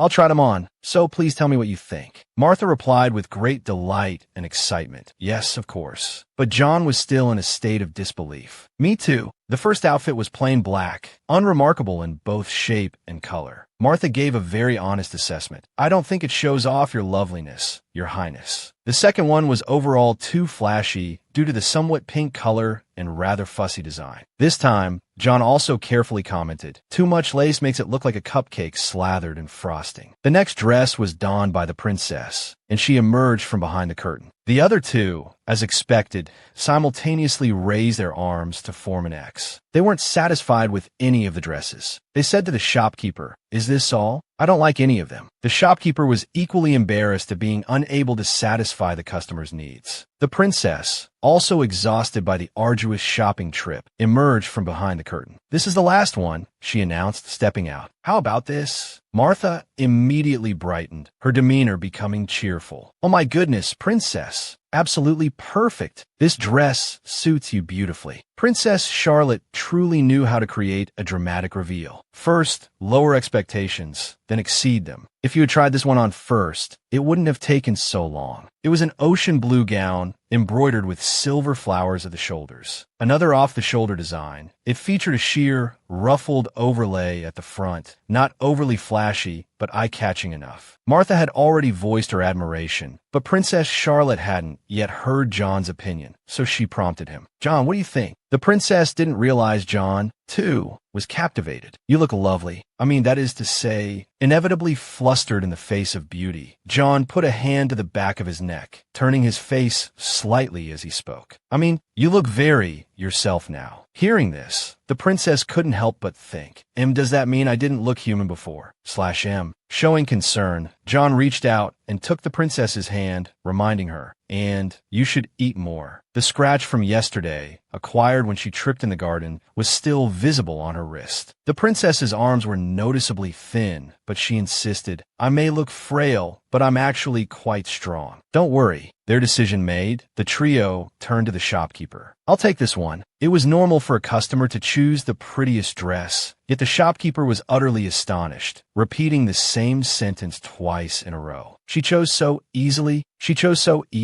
He wondered if it was because the dress was expensive, or if there was some flaw the princess hadn't noticed. Another point of note, despite being a princess, she hadn't taken a carriage, opting to walk instead. On their way back, the three passed by a tea shop and overheard a snippet of conversation. "So both Duke Adler and Killian will be at this ball." For girls were chatting and giggling inside the shop. "Kia, this ball is worth attending. I'm curious to see who that obsessed princess will set her sights on." It turned out that here, the princess was an easy target for ridicule. Princess Charlotte was already leaning against the windowsill, listening to this exchange, but one of the girls, still unaware of her presence, continued, "It must be such a bother to become her sister-in-law." Finally, someone noticed Princess Charlotte, gasping in worry that the princess had heard their unkind words. "Greetings, Your Highness." Having been caught gossiping, they quickly made excuses to leave. "We wish you a pleasant time here, Your Highness." "Wait," Princess Charlotte interrupted. "Since we've met here, why not have tea together?" "Certainly." This suggestion surprised both John and Martha. The princess was inviting the very people who had just been speaking ill of her behind her back to tea. Indeed, this was Princess Charlotte. She did nothing without purpose. This time, she had a plan. "Perhaps I can gather more information here." An extra chair was placed at the table, and Princess Charlotte, seated in the middle, began her inquiries. "So, how do you all know Miss Moston?" "Oh, we heard about it from Miss Renee." "Oh, so she and Mr. Henry really are that kind of relationship. So all four of you met at the academy?" The other two girls ignored Princess Charlotte's first question and didn't answer the next, instead turning to chat amongst themselves. "Mr. Ian is also quite remarkable. The Flagna family is renowned for their perfumes. Of course, I'll invest in them." Finding herself completely ignored, Princess Charlotte wasn't overly bothered. She had already figured it out. These three young ladies all come from families that support Camilla. They obey Camilla like her maids. They agreed to my tea invitation, but that doesn't mean they have to talk to me. As long as enough people do it, one can openly be mean, and it's considered normal. The teacups on the table were growing cold, untouched. The girls continued their lively chatter, as if Princess Charlotte wasn't even present. They simply avoided any topic related to her. 500 million gold is too little. They only told each of us about this investment. If this is successful, I will use the profits to open an exhibition. Then I'll invest all my money in it. What business are you talking about? As she spoke up, inquiring about their vague pronouncements of some business dealings, they all rose simultaneously, each offering a different excuse. "Oh, look at the time. Oh dear, I have dinner plans with Mother today." As they rose, one blonde girl remained seated. She hadn't engaged in any of the rudeness since Princess Charlotte's arrival, simply sitting quietly. The dark-haired girl, who had seemed the most haughty, didn't forget to feign concern as she stood. "Oh, your Duke will be arriving soon, won't he?" The blonde girl replied. Oh, of course." They turned to leave, blatantly rude, yet believing themselves to be anything but. "Your Highness, I had a pleasant time today. Thank you for spending your time with us. Please excuse us. I won't forget your kindness today." It was an honor to see you today. We wish you a safe journey home. Well, at least there were greetings. Just chalk it up to them not wanting the princess to know their family's internal affairs. Now the princess sat dejectedly at the tea table. Princess Charlotte gave a small smile. I spent the entire afternoon with these girls, even treated them to refreshments, but I got nothing. They kept interrupting me. The blonde girl also stood up, somewhat timidly. Then, I'll also take my leave, Your Highness. I apologize for today. After stammering out a few words, she quickly turned and hurried to leave. I'll be going now. The princess managed to stop the blonde girl. Wasting the entire afternoon and gaining nothing was unbearable. Princess Charlotte, as usual, went straight to the point, without any pleasantries. I won't take much of your time, but don't invest in the perfume business Miss Christina recommended. It's dangerous to openly solicit people. She continued with a firm expression, hoping to make the listener heed her advice. No matter how I look at it, it seems like a scam.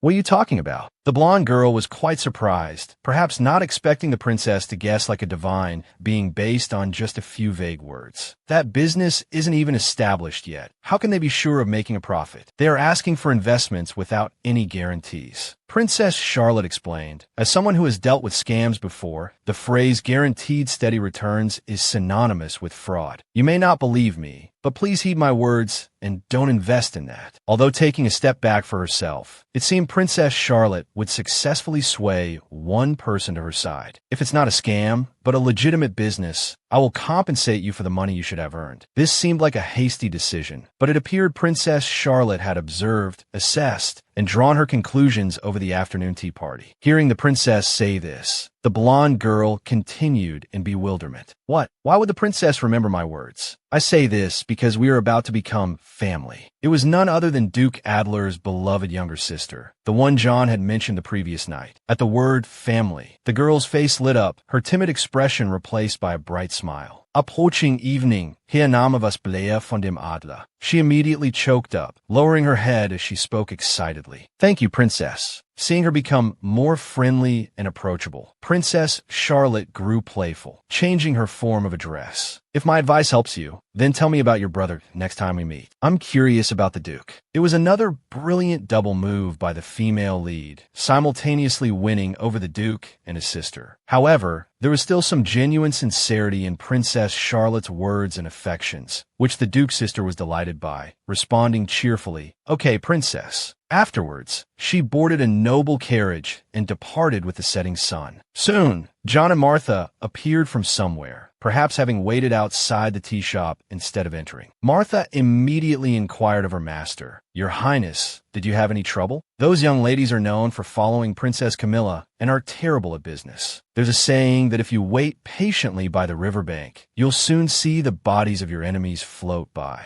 The evening sun painted the clouds a cotton candy pink, and a stroll down this country road felt remarkably relaxing. It seemed the proverb implied waiting, but not waiting mindlessly. However, Princess Charlotte's two attendants still wondered who had given such terrible advice. Just when they thought the meeting was over and the princess could return home, the waitress came running out with the bill, making the princess want to faint on the spot. Having just earned a little bit of budget, you're stuck paying for those young ladies' desserts. What? Why are the desserts so expensive? I've been tricked. The day, which was bound to come sooner or later, finally arrived. The day of Miss Mostyn's ball. Inside Princess Charlotte's palace, everyone was preparing together. Princess, the altered dress has arrived. The two of them peeked inside, their expressions a little unusual. Martha, the maid, quickly exclaimed, "Oh my goodness," while the princess, still unaware of the oddity, asked, "What's wrong? Isn't that the one we saw earlier?" "Yes, that's right. Did they send the wrong dress?" After taking it out of the packaging, they were surprised to find a different dress, even more magnificent than the ocean blue one, seemingly more suited to Princess Charlotte's style. It was purple, with a deep violet outer layer on the trumpet skirt and bows adorning both sleeves.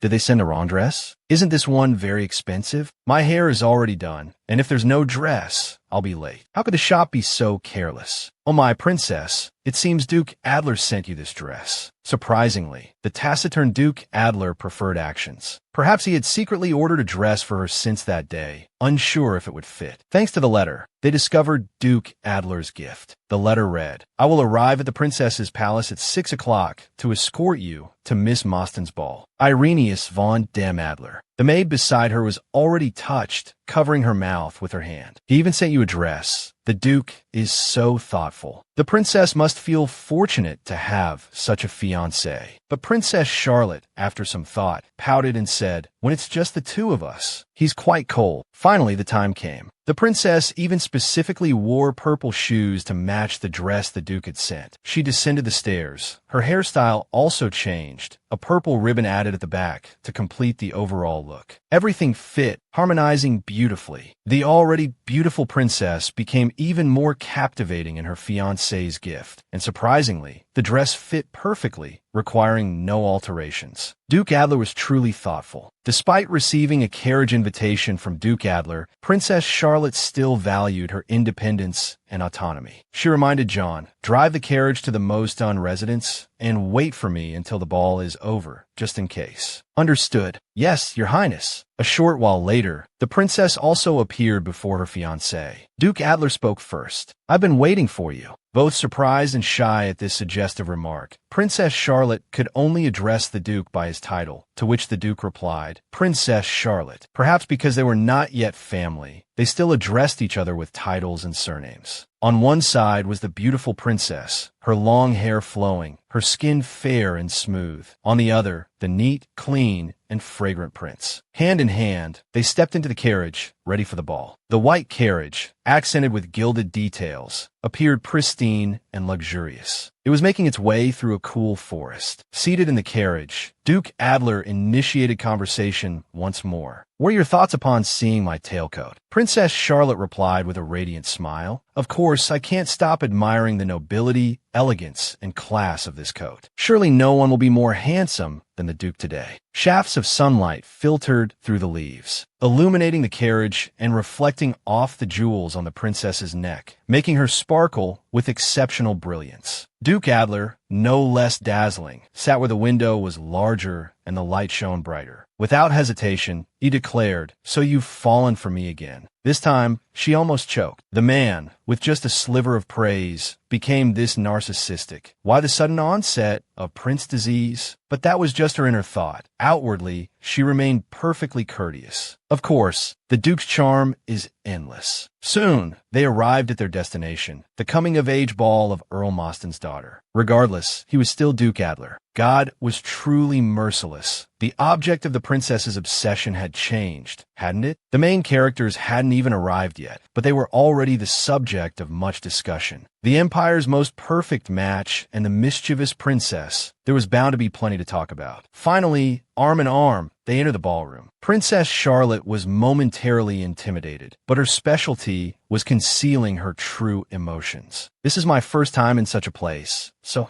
I'm a bit flustered. May I request Adler's assistance?" Not long after they entered the banquet, someone approached them. The man, without hesitation, placed a hand on the Duke's shoulder. "Duke Adler, I didn't expect to see you at a coming-of-age ball. It's been a while." He didn't forget the lady beside the Duke. "Ah, it's a pleasure to meet you, Princess Charlotte." Marquis Sporeto seemed to have a predilection for gray, dressed in it from head to toe. "I almost didn't recognize you today, as this isn't your usual attire for a ball." This was clearly a sarcastic remark. The young Marquis added, "I didn't expect the princess to be able to wear such a sophisticated gown." Princess Charlotte couldn't tolerate such remarks. "From now on, I will keep up with fashion trends even more diligently." "Thank you for your concern, Marquis Sporeto." He further mocked her, seemingly thinking that anyone could stand beside Princess Charlotte and attempt to attack them both. "If I had known the princess was so docile, I would have proposed to her myself. That is to say, when His Majesty personally sent nobles to propose to you. So it had to do with no one proposing to her. Now she knew the truth. Don't think I'm easy to bully." The princess was about to lose her patience, her expression darkening despite wearing such a magnificent gown. "It's a pity you're a step too late." Princess Charlotte's retort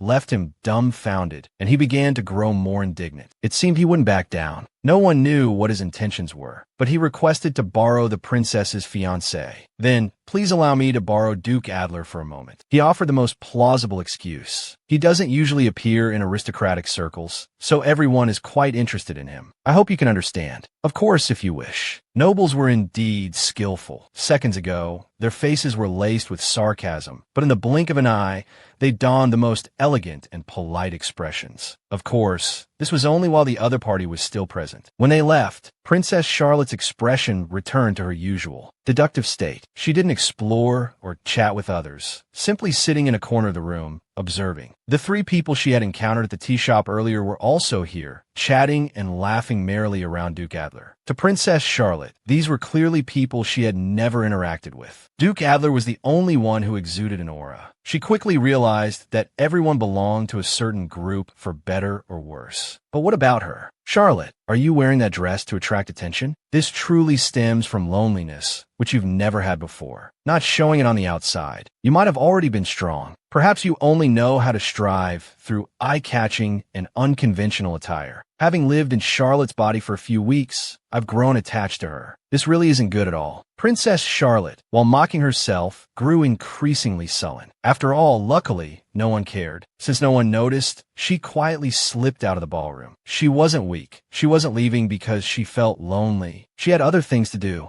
Just as she was about to begin, she bumped into someone. Grand Duke Killian. It turned out he hadn't joined the ball yet and was still outside. She didn't know who had cursed her, but the Grand Duke of the North, James von Dem Killian, looked down at her with disgust and hatred. Then, without a word, he left, leaving Princess Charlotte no time to react. Unlike Duke Adler's sunny disposition and golden hair, the Grand Duke of the North held no expectations for the royal family. He was far colder and sterner than the princess's fiancé. He didn't hesitate to openly humiliate Charlotte, the obsessive one. How pathetic, she had always been this way. Therefore, Killian played a significant role in making Charlotte a laughingstock, and the actions of those three young ladies the other day weren't surprising for someone like her. This time, Princess Charlotte was different. Grand Duke Killian, you are incredibly rude to the princess of the empire. With a firm purpose, she wanted to reclaim her honor. No, her own honor in front of this man. You surely know that turning your back on a member of the royal family is an insult. At this, anyone would have to turn around, and that arrogant duke was no exception. Even as he turned back, he still displayed his usual rudeness and annoyance. What's the matter now? Are you changing tactics and resorting to threats? If we meet again, I expect you to act politely rather than offering such criticism. If there is a next time, I will report you, Grand Duke, for insulting the royal family. Now, I'll be going. Princess Charlotte's series of emotions and words stunned him. He had never imagined this day would come. He thought the obsessed princess would search for him when she couldn't see him at the ball. This, of course, made him slightly uncomfortable. Really leaving just like that? Is there anything more to say between us? As you know, I'm already engaged to Duke Adler, so I hope there's no misunderstanding that I still have feelings for Grand Duke Killian. This time, it was she who turned and left him behind, unlike the past where he always turned his back on this pitiful princess. She arrived at her destination and confidently opened the door to the room. The last room on the second floor of Earl Mostyn's mansion. Truthfully, it had already been cleaned. Thanks to John's notes, she could easily find the first victim's room. The first victim, 28 years old, a home tutor who graduated from the Imperial Pharmaceutical Academy, resided in the last room on the second floor of Earl Mostyn's mansion. But just a few steps further,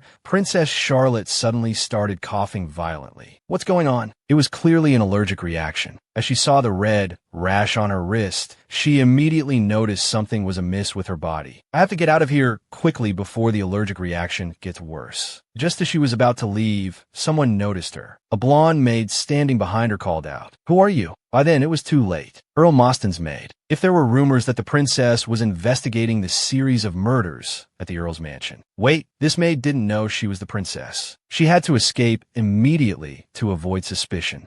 Don't you know who I am? Princess Charlotte quickly got into character, almost successfully diverting attention. Who are you? Earl Mostyn's maid selection standards were truly abysmal. Taking control of the situation, she spoke loudly, pointing at the other person, causing them to lose their composure, especially since they were of lower status. Immediately, the maid apologized profusely, as they would be scolded in any case. Are you the maid in charge of this room? How on earth did you clean it? Just stepping into the room for a moment caused rashes all over my body. This time, the maid bowed deeply, utterly sincere. I'm so sorry, miss, but it's a misunderstanding. It's not that I didn't clean it. It must be because of the peaches. Indeed, it was a fruit that easily caused allergies. But why peaches? The person using this room was experimenting with peaches all day. That is, the deceased tutor. The peach fuzz gets stuck in the carpet and the crevices of the wood. Other maids also got rashes all over their bodies when cleaning this room. Peaches. It wasn't clear yet whether this was related to the serial murders or just because the tutor from the pharmaceutical academy wanted to do some experiments with the fruit. This was just another piece of information. About the victim, well, if you say so, I won't pursue it this time. Thank you, miss. Then she successfully escaped the maid's sight and suspicion, heading towards the next location. It seemed I haven't been recognized as the princess. Could Peaches be related to the serial murders? We all lost a fortune. Who would have thought Ian would run away like this? Walking down the dark hallway, Princess Charlotte overheard a conversation. Were these the people from the cake shop back then? She was intensely curious. Miss Blair is so heartless. But Princess Charlotte immediately walked away, thinking, this has nothing to do with me. However, fate stopped her with a shout. In this society, if a young lady only thinks of herself, do you think people will let her off the hook? It was the blonde girl who had been with them earlier. Damn it. By this time, she could no longer stand idly by. Princess Charlotte, no longer eavesdropping, immediately rushed in. Sure enough, those ill-mannered people were surrounding the young girl. Stepping from the darkness into the light, she caught them red-handed, exploiting someone else's kindness. What are you doing? Hearing the familiar voice and seeing the familiar figure, Blair couldn't hold back her tears any longer. Charlotte, with an angry expression, asked, what are you doing? The blue-haired woman muttered, this has nothing to do with you. Princess Charlotte, looking at the tearful Blair, asked loudly, nothing to do with me? She will soon be a duchess, a member of my family. The black-haired woman scoffed, Duchess? I'm surprised you chose the wrong side. Your standing as a princess doesn't seem to be on the same level as the royal family. Charlotte retorted, it seems these ladies are foolish enough to be scammed out of all their money and still think they've chosen the right side. The black-haired woman raged, foolish? You're going too far. Princess Charlotte didn't hold back, bluntly replying, too far? I should be the one saying that, seeing how the three of you are expressing your dissatisfaction with her future position as a duchess. The blue-haired woman stubbornly replied, you were the one who was wrong first, promising to participate in the business investment and then backing out yourself. Blair, greatly distressed, said, I told you I'd think about it because I found it suspicious. The blue-haired woman, hands on her hips, replied, I didn't expect this duchess to know nothing about loyalty. Oh, someone should teach you how to hop from one man to another like a magpie, Charlotte. Hearing this, Charlotte coldly asked, are you sure you'll take responsibility for what you just said? Do you want to be arrested for slandering a member of the royal family? The blue-haired woman replied, slander? But I didn't mention anyone's name. Are you embarrassed? I can't be punished for slander. She laughed provocatively. Undaunted, Charlotte retorted, do you think the law is only there for me to punish you? Then she turned and walked towards a table. Blair, seeing this, looked at her and asked, what are you going to do? Charlotte picked up a bottle of wine. A dangerous glint flashed in her eyes. Turning back to the group, she said, don't you know that when the law is powerless, violence takes over? The nobles looked frightened. Are you going to hit us with that? Princess Charlotte has really gone mad.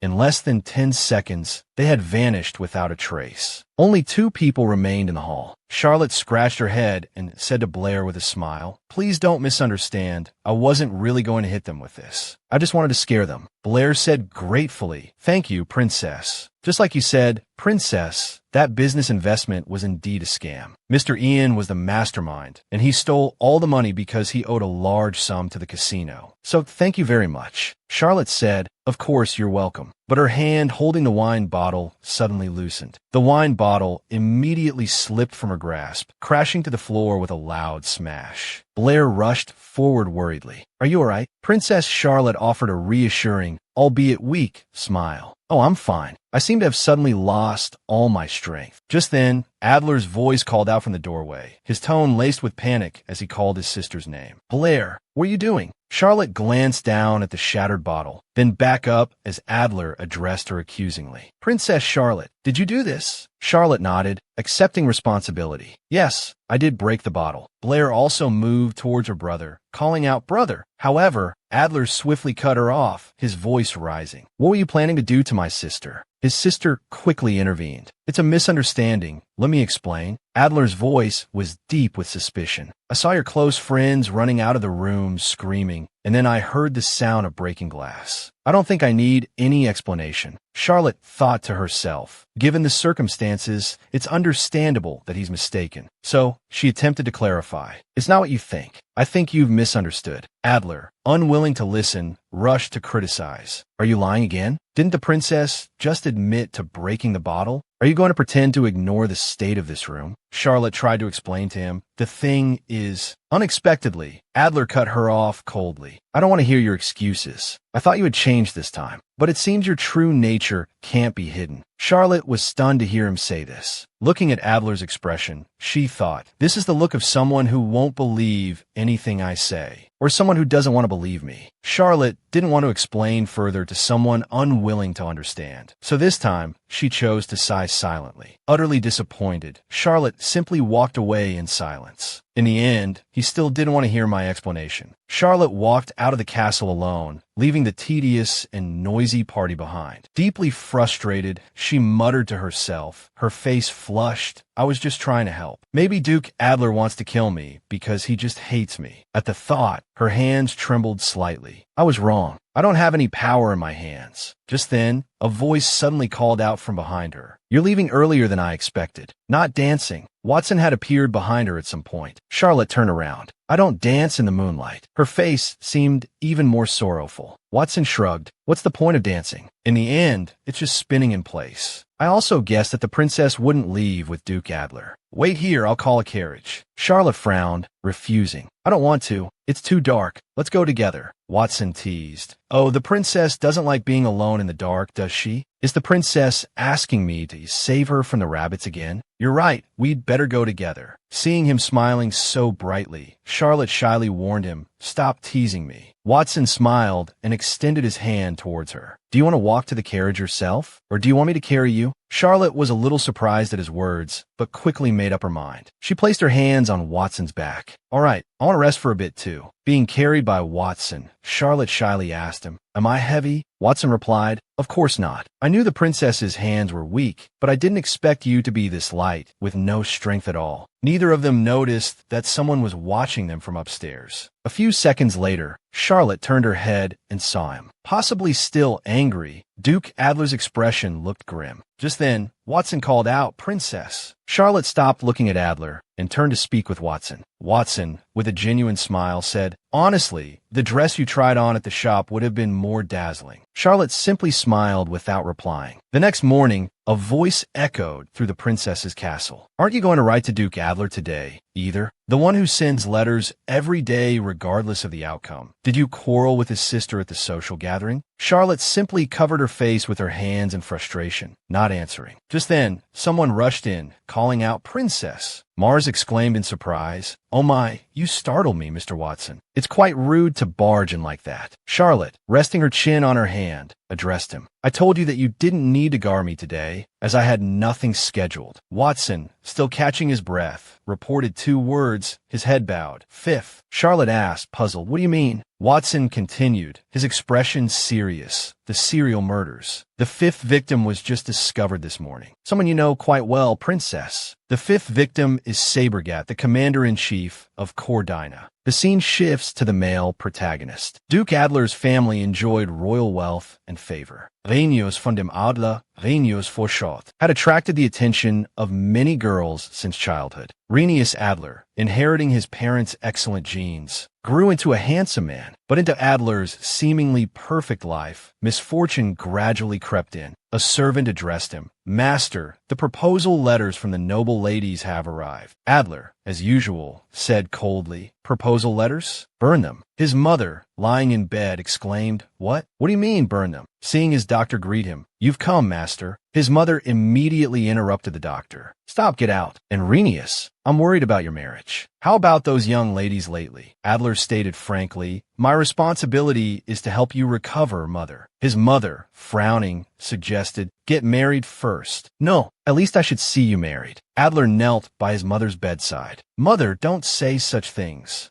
In the end, neither her wish nor Renius's came true. At the funeral, Blair asked Adler sorrowfully, "Brother, how can I live without mother?" Suddenly, someone called out to them, "Children." Their father brought a new wife, saying to them, "Say hello. This is the person who will become your mother. We met while I was serving at Cordina headquarters." Adler felt as if struck by lightning, as he was certain his mother had still been healthy at that time. His mother's death, his father's remarriage, his stepmother, these misfortunes hardened Adler's heart. Years later, after his father's death, he lived as Duke Adler, not Renius. He gradually became cold and indifferent, until one day, the king summoned Adler, saying, "Duke Adler, the mining permit expires this year. Have you met my youngest daughter? Shouldn't we proceed with the engagement?" Adler immediately pictured Charlotte, thinking to himself, "Princess Charlotte, that little fool." But outwardly, he smiled and agreed. Yes, it would be my honor. Even if he didn't like the person he was to marry, Adler couldn't disobey the king's order. At their first meeting, he said bluntly, "It's a political marriage anyway. Since we don't seem eager to meet, let's just meet on the wedding day. There's no reason for us to see each other." He knew that ultimately, he was only marrying to secure the mining permit. He thought that was the plan, but Charlotte suddenly spoke up. "Duke, it was love at first sight. Please go out with me." Adler was annoyed, thinking, "I'm so annoyed by this damned political marriage. How can you have the audacity to ask me out on a date? Damn it, if it weren't for the mining rights, I would refuse. The more you see that crazy princess, the more you'll fall deeply in love with me." Charlotte, her face beaming, said, "I've settled everything in the past. Now, there's only the Duke in my heart. So, am I the Duke's first and last love?" Adler was taken aback by her enthusiasm for him. "Am I that good?" he asked bluntly. "What's so good about me?" The answer Adler heard then surprised him considerably. "Duke,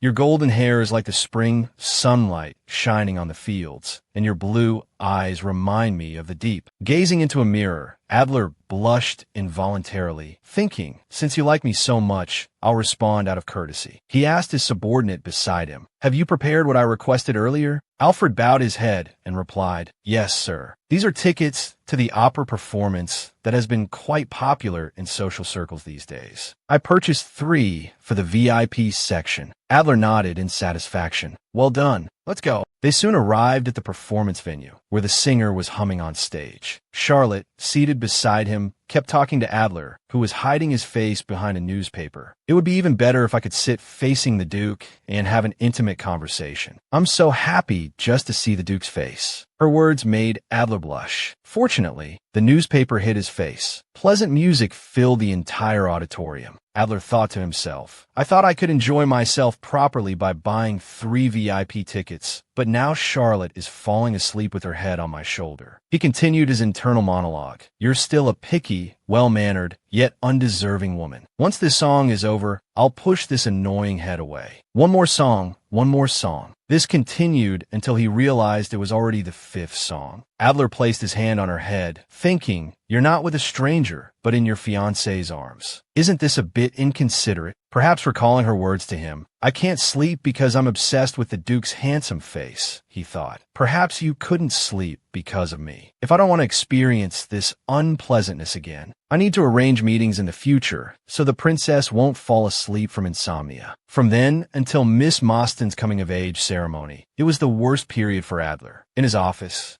he clenched his fists and cursed. Damn it, He recalled Charlotte's image. That wink at the breakfast table was truly adorable. Why do I like it more the more I imagine it? Duke, your golden hair is like the spring sunlight shining on the fields. Your deep blue eyes are clear as a lake. Your skin is smooth and white like porcelain. Your nose is straight like a sculpture. Your alluring lips, your broad and tall shoulders, your firm muscles. These bold praises, every time he thought of them, sometimes Adler would become immersed in Charlotte's admiration. I'm really looking forward to our date, Duke. I'll be waiting. Can you see me? I'll go crazy if I can't see you, Duke. Can you see me? I can't sleep because I'm obsessed with your handsome face. Of course, even in my dreams, I only see the Duke. He looked at the daily letters and laughed. How amusing, always so fresh. My heart is burning. Would you like to meet somewhere where it's just the two of us? Adler realized the recent letters seemed to have become more explicit and bolder. Just then, his subordinate bowed respectfully and asked, "My lord, regarding Miss Mostyn's coming-of-age ceremony, what shall we do?" Adler said without thinking, "I hate those social events. Of course, I can't attend." "No, I will attend. Adjust my schedule." His subordinate, as usual, said, "All right, you're not attending as before." "What?" He was startled when Adler suddenly changed his mind. It turned out Adler had thought the princess would definitely attend as his partner. He snapped his fingers and said, "Wait a minute, Alfred. Do you know why a lady would want to meet in a quiet place where it's just the two of you?" Alfred asked in surprise. "No way. Did someone say such a thing to you?" Adler immediately denied it. "Not me. I'm just asking about a business partner's matter. So just answer." Alfred frowned and thought, "Is that so? Wouldn't that mean the lady desires a private, intimate meeting?" This answer made Adler flinch. He tried to remain calm, asking, "Then what does it mean if the lady says her heart is burning?" Alfred asked in a panic. "Her heart is burning." He hesitated. "Her body is heating up. For someone who's never dated, this is the beginning. I guess the Duke." "No, your friend needs to be mentally prepared." Hearing this, Adler blushed. "Yes, that friend's mental preparation. I can't sleep. Your handsome face lingers in my dreams. Even in my dreams, I only see the Duke." After reading this, Adler thought, "Are you truly this obsessed with me? It seems you haven't been caught yet. Things are starting to get out of hand. I need to find out what's going on. I must see the princess as soon as possible. If the princess asks me any inappropriate questions," Adler pondered, his face flushing, "I need to refuse immediately." He held the book Sex and the Aristocracy in his hand, wanting to learn more so he could rebuff Charlotte. After a while, Charlotte cheerfully said to him, "If you're busy, you don't have to attend as my escort." Her words greatly shocked Adler. He immediately asked, "Didn't the princess say you were obsessed with me?" Charlotte replied, "I don't want my dear Duke to do anything he doesn't want to do because of me." Adler thought irritably, "This is preposterous. I can't believe I even considered withdrawing as your escort, just because I dislike such events." So he said, "I intend to attend as the princess's escort. If you don't attend a party accompanied by your fiancé, your reputation in social circles will suffer." There were some things he didn't say to her, only thinking to himself, "To avoid experiencing some absurd situations in the future, I think I need to take the initiative." Unexpectedly, after showing surprise, Charlotte played with her hair and asked, "Then, do you think I can reveal a bit of my cleavage?" That day, the mentally unprepared Adler burst out laughing. That afternoon, Alfred asked Adler hesitantly, "Excuse me, you want me to?" Adler confirmed seriously, "I told you to buy a dress." Alfred continued to ask, "A dress? Do you mean a gift for Princess Charlotte?" Adler nodded. "That's right. As her fiancé, isn't it normal to give gifts?"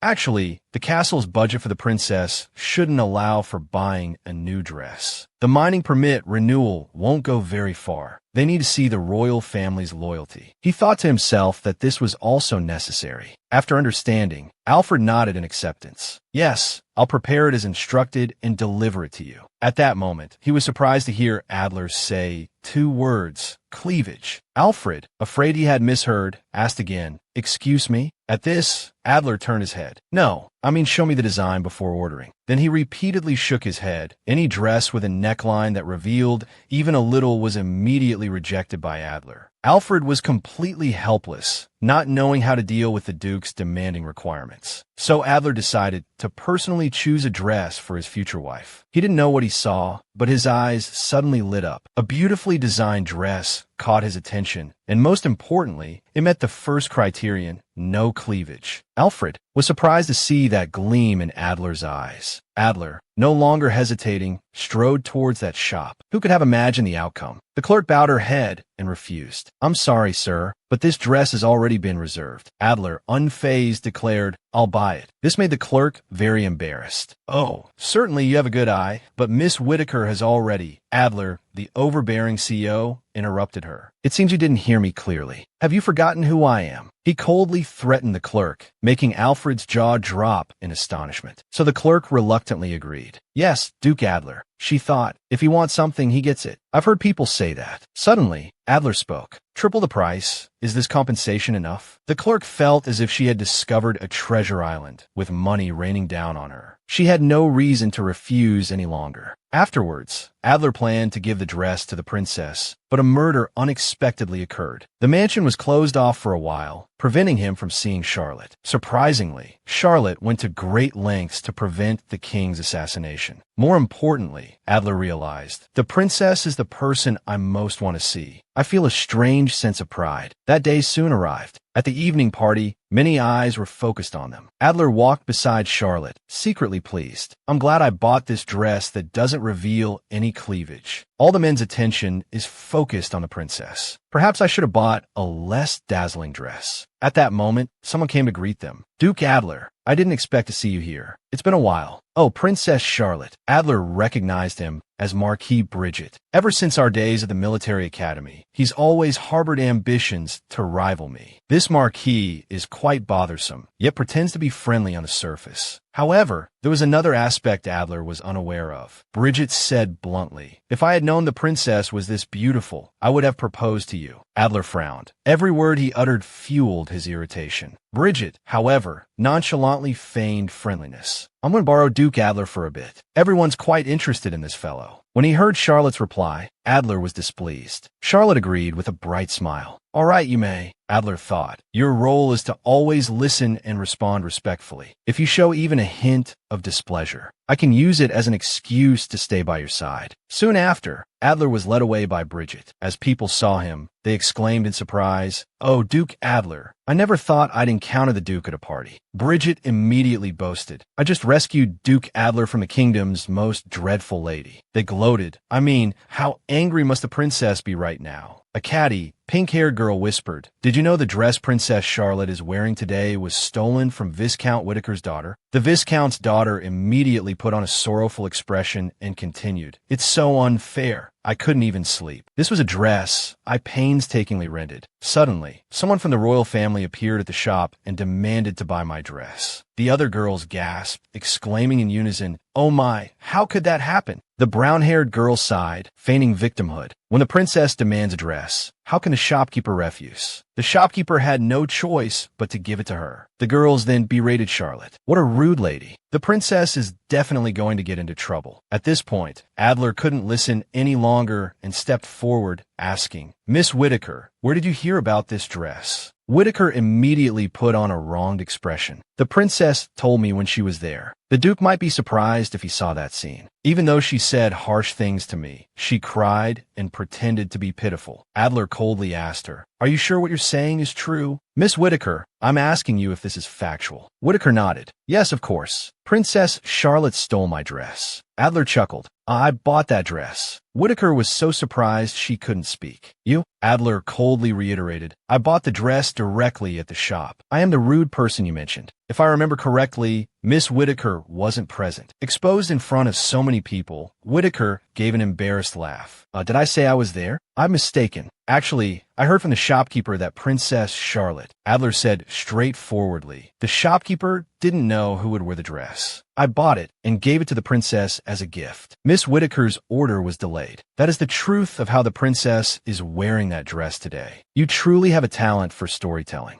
Whitaker, though ashamed, still stubbornly argued. Regardless, the fact is I lost the dress I ordered. I suffered a loss. Adler coldly replied, I believe my compensation was enough to cover Miss Whitaker's dress, and even the one you're wearing now. If you continue to lie, by all means try. I won't tolerate any fabricated stories about my fiancé. He clenched his fist and declared coldly in front of everyone, If you continue to lie, go ahead. I will not tolerate any lies about my fiancé. His words caused Whitaker's face to change color. Seeing the tense situation, Bridget sneered. I guess Miss Whitaker simply made a mistake. Princess Charlotte isn't well known, and even if she is, isn't it for lying? Adler immediately shot him a warning look. Those aren't words befitting someone who does all the dirty work in Cordina. Bridget's face changed. Dirty work? That's what a marquis is supposed to do. Just then, a girl's loud voice caught their attention, relaying a message. Everyone, Mr. Killian has just arrived. The lady scrambled, pulling Whitaker away. Oh, Grand Duke Killian, we should go greet him. Adler's gaze sharpened more than ever. He told himself, impossible. The princess probably wouldn't go to see Grand Duke Killian either. The dark-haired man now raised his glass, attempting to ease the awkward atmosphere. As expected, Grand Duke Killian is quite popular now. Come, let's have a drink together. By the way, Grand Duke Killian seems quite naive. Bridget sneered. If a lady snuggled up to me even slightly, I could handle it. But to completely ignore her, not even touching her once, that's foolish. Oh, I wonder if they've ever had any fun outside. Adler immediately fixed him with a bullet-like stare, glaring without hesitation. It seems you've crossed a line in front of me. Bridget immediately retorted. You're truly abusing your authority, thinking she's your fiancée. I don't care what you keep calling her. Didn't the princess used to follow Grand Duke Killian around like a tail? Adler wiped his hands, replying coldly, You've become arrogant. You'll be held accountable for your words. He then dropped the soiled handkerchief in his hand onto Bridget's shoes and calmly left the area. The humiliated Bridget showed his displeasure, but there was nothing he could do. Adler walked down the hallway, irritated, thinking, honestly, this is quite bothersome. If I weren't the princess's escort, I wouldn't attend these events. Lost in thought, he froze when he suddenly saw Charlotte and Killian standing on the other side. She was giving that same beautiful smile to the incredibly aloof Killian. Adler was almost speechless, his thoughts a chaotic jumble. Instead of confronting them, he silently walked to a secluded hallway, recalling the time Charlotte said he didn't need to come. Adler thought, so you try to deny this relationship because Grand Duke Killian was attending the ball. Then why did you tell me you'd resolved everything from the past, and that in your heart there was only me, the Duke? Someone's words added fuel to the fire. These days, Princess Charlotte is famous for lying every time she opens her mouth. Adler felt incredibly uneasy. Suddenly, someone shouted from behind, Princess Charlotte has gone mad. Watching the panicked people running out of the room, he wondered with apprehension, aren't those the ladies who often hang around with Blair, right? Worried about his sister, Adler quickened his pace towards the room, telling himself, impossible. But when he reached the room, he indeed saw Charlotte and his sister there, a broken wine bottle on the floor. Blair's face was flushed, as if she had just been crying. Adler's heart sank, so he stepped up to protect his sister, away from Charlotte, who had been puzzling him all evening and criticized her without even giving her a chance to explain. At that point, Charlotte didn't want to explain anything to him anymore, and simply left the room silently, alone. Adler was also a bit shocked by his own outburst. Suddenly, Blair asked him loudly, Brother, are you crazy? Why did you do that? Adler frowned, reminding his sister, Blair, this isn't the Duke's house. Be careful what you say. Blair said tearfully, the princess helped me when I was in trouble. She just accidentally knocked over the wine bottle. How could you accuse her without listening to her explanation? Hearing the truth, Adler muttered in surprise, What? His sister replied resentfully, I said I would explain, but you wouldn't listen to me at all. You just kept talking. What can I do? How am I supposed to face the princess? Adler immediately chased after her, then stopped when he saw her. At that moment, her figure appeared exceptionally solitary. Adler reached out his hand, thinking, I need to catch up to her now, explain the situation, and apologize for the misunderstanding. But he also saw Watson appear beside Charlotte, taking her away in a rather intimate embrace. While he stood there, unsure of what to do, Charlotte also saw him, but this time she chose to turn and leave as if she didn't want to see him again. Adler still thought, I need to catch up to her, explain the situation, and apologize for the misunderstanding. But his feet remained rooted to the spot. Several days later, at the Duke's castle, Adler sat quietly in his chair. There hadn't been any letters from Charlotte, who used to send letters every day, even if she didn't expect a reply. Ever since the engagement, you've been sending letters every day, not caring if there's a reply. Blair's words echoed in his mind. Brother, you're the biggest fool in the world. The princess will definitely get tired of you.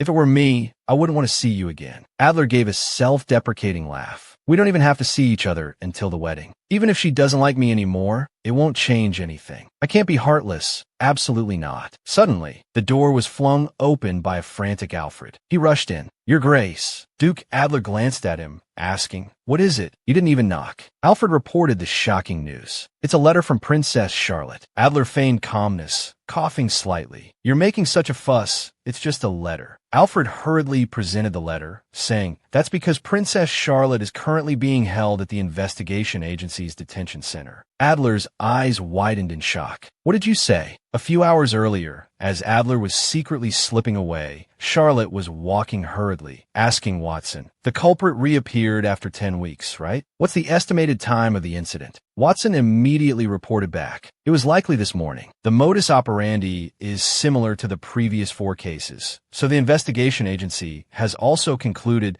that this is the work of a serial killer. Charlotte glanced over, inquiring further. The suspect is also a male over 180 centimeters tall. Watson nodded in confirmation. Yes, and Commander Bridget had military training, right? If he was strangled, it would make sense. Charlotte gritted her teeth, thinking, I can't let the investigation stagnate because of grief. She asked again, The crime scene has been cleared, hasn't it? Where's the body found? Watson stroked his chin in response. In the alley behind Norwood Street. It's where I grew up, but not a place high-ranking nobles frequent. Norwood Street. It was a slum filled with vagrants and criminals, like a shadow cast by the glorious capital. Charlotte frowned, asking, Where's the victim's body now? Watson replied, Probably at the investigation agency's morgue. Charlotte asked for his opinion. Would it be suspicious for an imperial princess to want to see the bodies of serial murder victims? Watson asked her in surprise, Are you saying you want to see those bodies? Charlotte nodded, thinking to herself, In a murder case, the most compelling evidence is the victim's body. This time, I need to present the most compelling evidence myself. Watson told her, Of course, it would be suspicious. Honestly, I don't understand why the princess wants to investigate this case. Charlotte turned, saying, You were indeed hired to assist me, but it's also fine not to satisfy your curiosity. Watson defended himself. Hey, I don't want to know. Charlotte resumed a serious expression. Regardless, I have to confirm the bodies to be certain. Doesn't the investigation agency have a detention center? Watson nodded. Of course they do, but why the detention center? Watson simply smiled, seemingly with a perfect plan in mind. So she quickly disguised herself as an ordinary country girl, using a wig and Martha's clothes to secretly go out, carrying. Charlotte smiled, asking Watson, Well, doesn't look like Princess Charlotte, does it? Watson nodded, answering honestly, Who would think a princess would show up in the slums? Charlotte picked up a bottle of liquor, instructing Watson again, You stand here and observe. I'm sure to be arrested, so just proceed as planned. Charlotte opened the bottle and tilted her head back, drinking like it was water. Watson watched the princess's antics with a deadpan expression.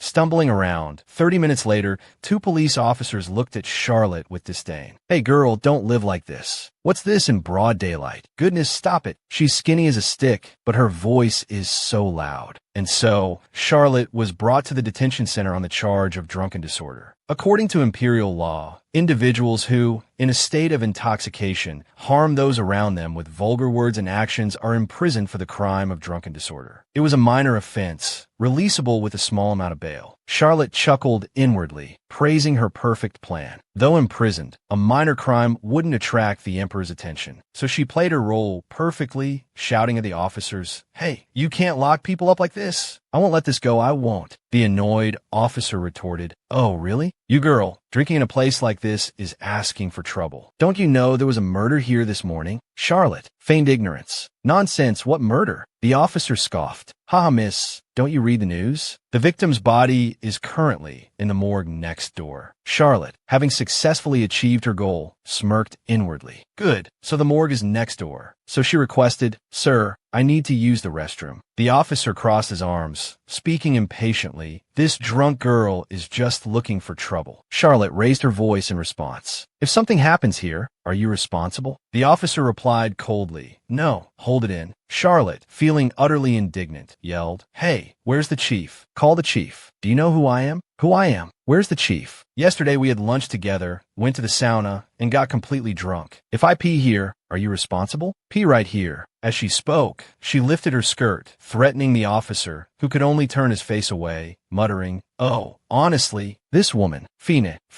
behave yourself." Being led to the restroom by the officer, Charlotte thought triumphantly, "Don't underestimate me. I spent a day dealing with unruly criminals." Walking down the hallway, she looked around, identifying the morgue's location. Fortunately, it wasn't far from the restroom. After taking Charlotte to the restroom, the officer instructed her, "I'm going to handle the murder case. Be right back. You finish up quickly and don't even think about escaping before you're bailed out." Charlotte hurried him away. She knew that as a skinny, seemingly drunk woman, it would be easy to slip away from surveillance. Everyone was busy with the murder investigation, and Charlotte successfully opened the door to the morgue. She peered inside cautiously. This is it. She saw a body covered with a sheet laid out before her. Without hesitation, Charlotte stepped forward and pulled back the sheet, looking at the victim's face. The sight startled her slightly. The victim's eyes were wide open, staring blankly ahead. There were strange marks on the neck. Charlotte thought, pale complexion, wasn't it strangulation? If strangled with a rope while alive, there would be severe bruising on the face. The victim's face is clean, no defensive wounds on the neck. Someone trained in military defense couldn't even defend themselves. Instead, there are spots on other parts of the body. This is a reaction after poisoning. Poisoned, then disguised to look like strangulation. Leaving the room, Charlotte remained deeply suspicious. Regardless of the level of forensics in this world, the investigation agency had indeed been fooled by the murderer.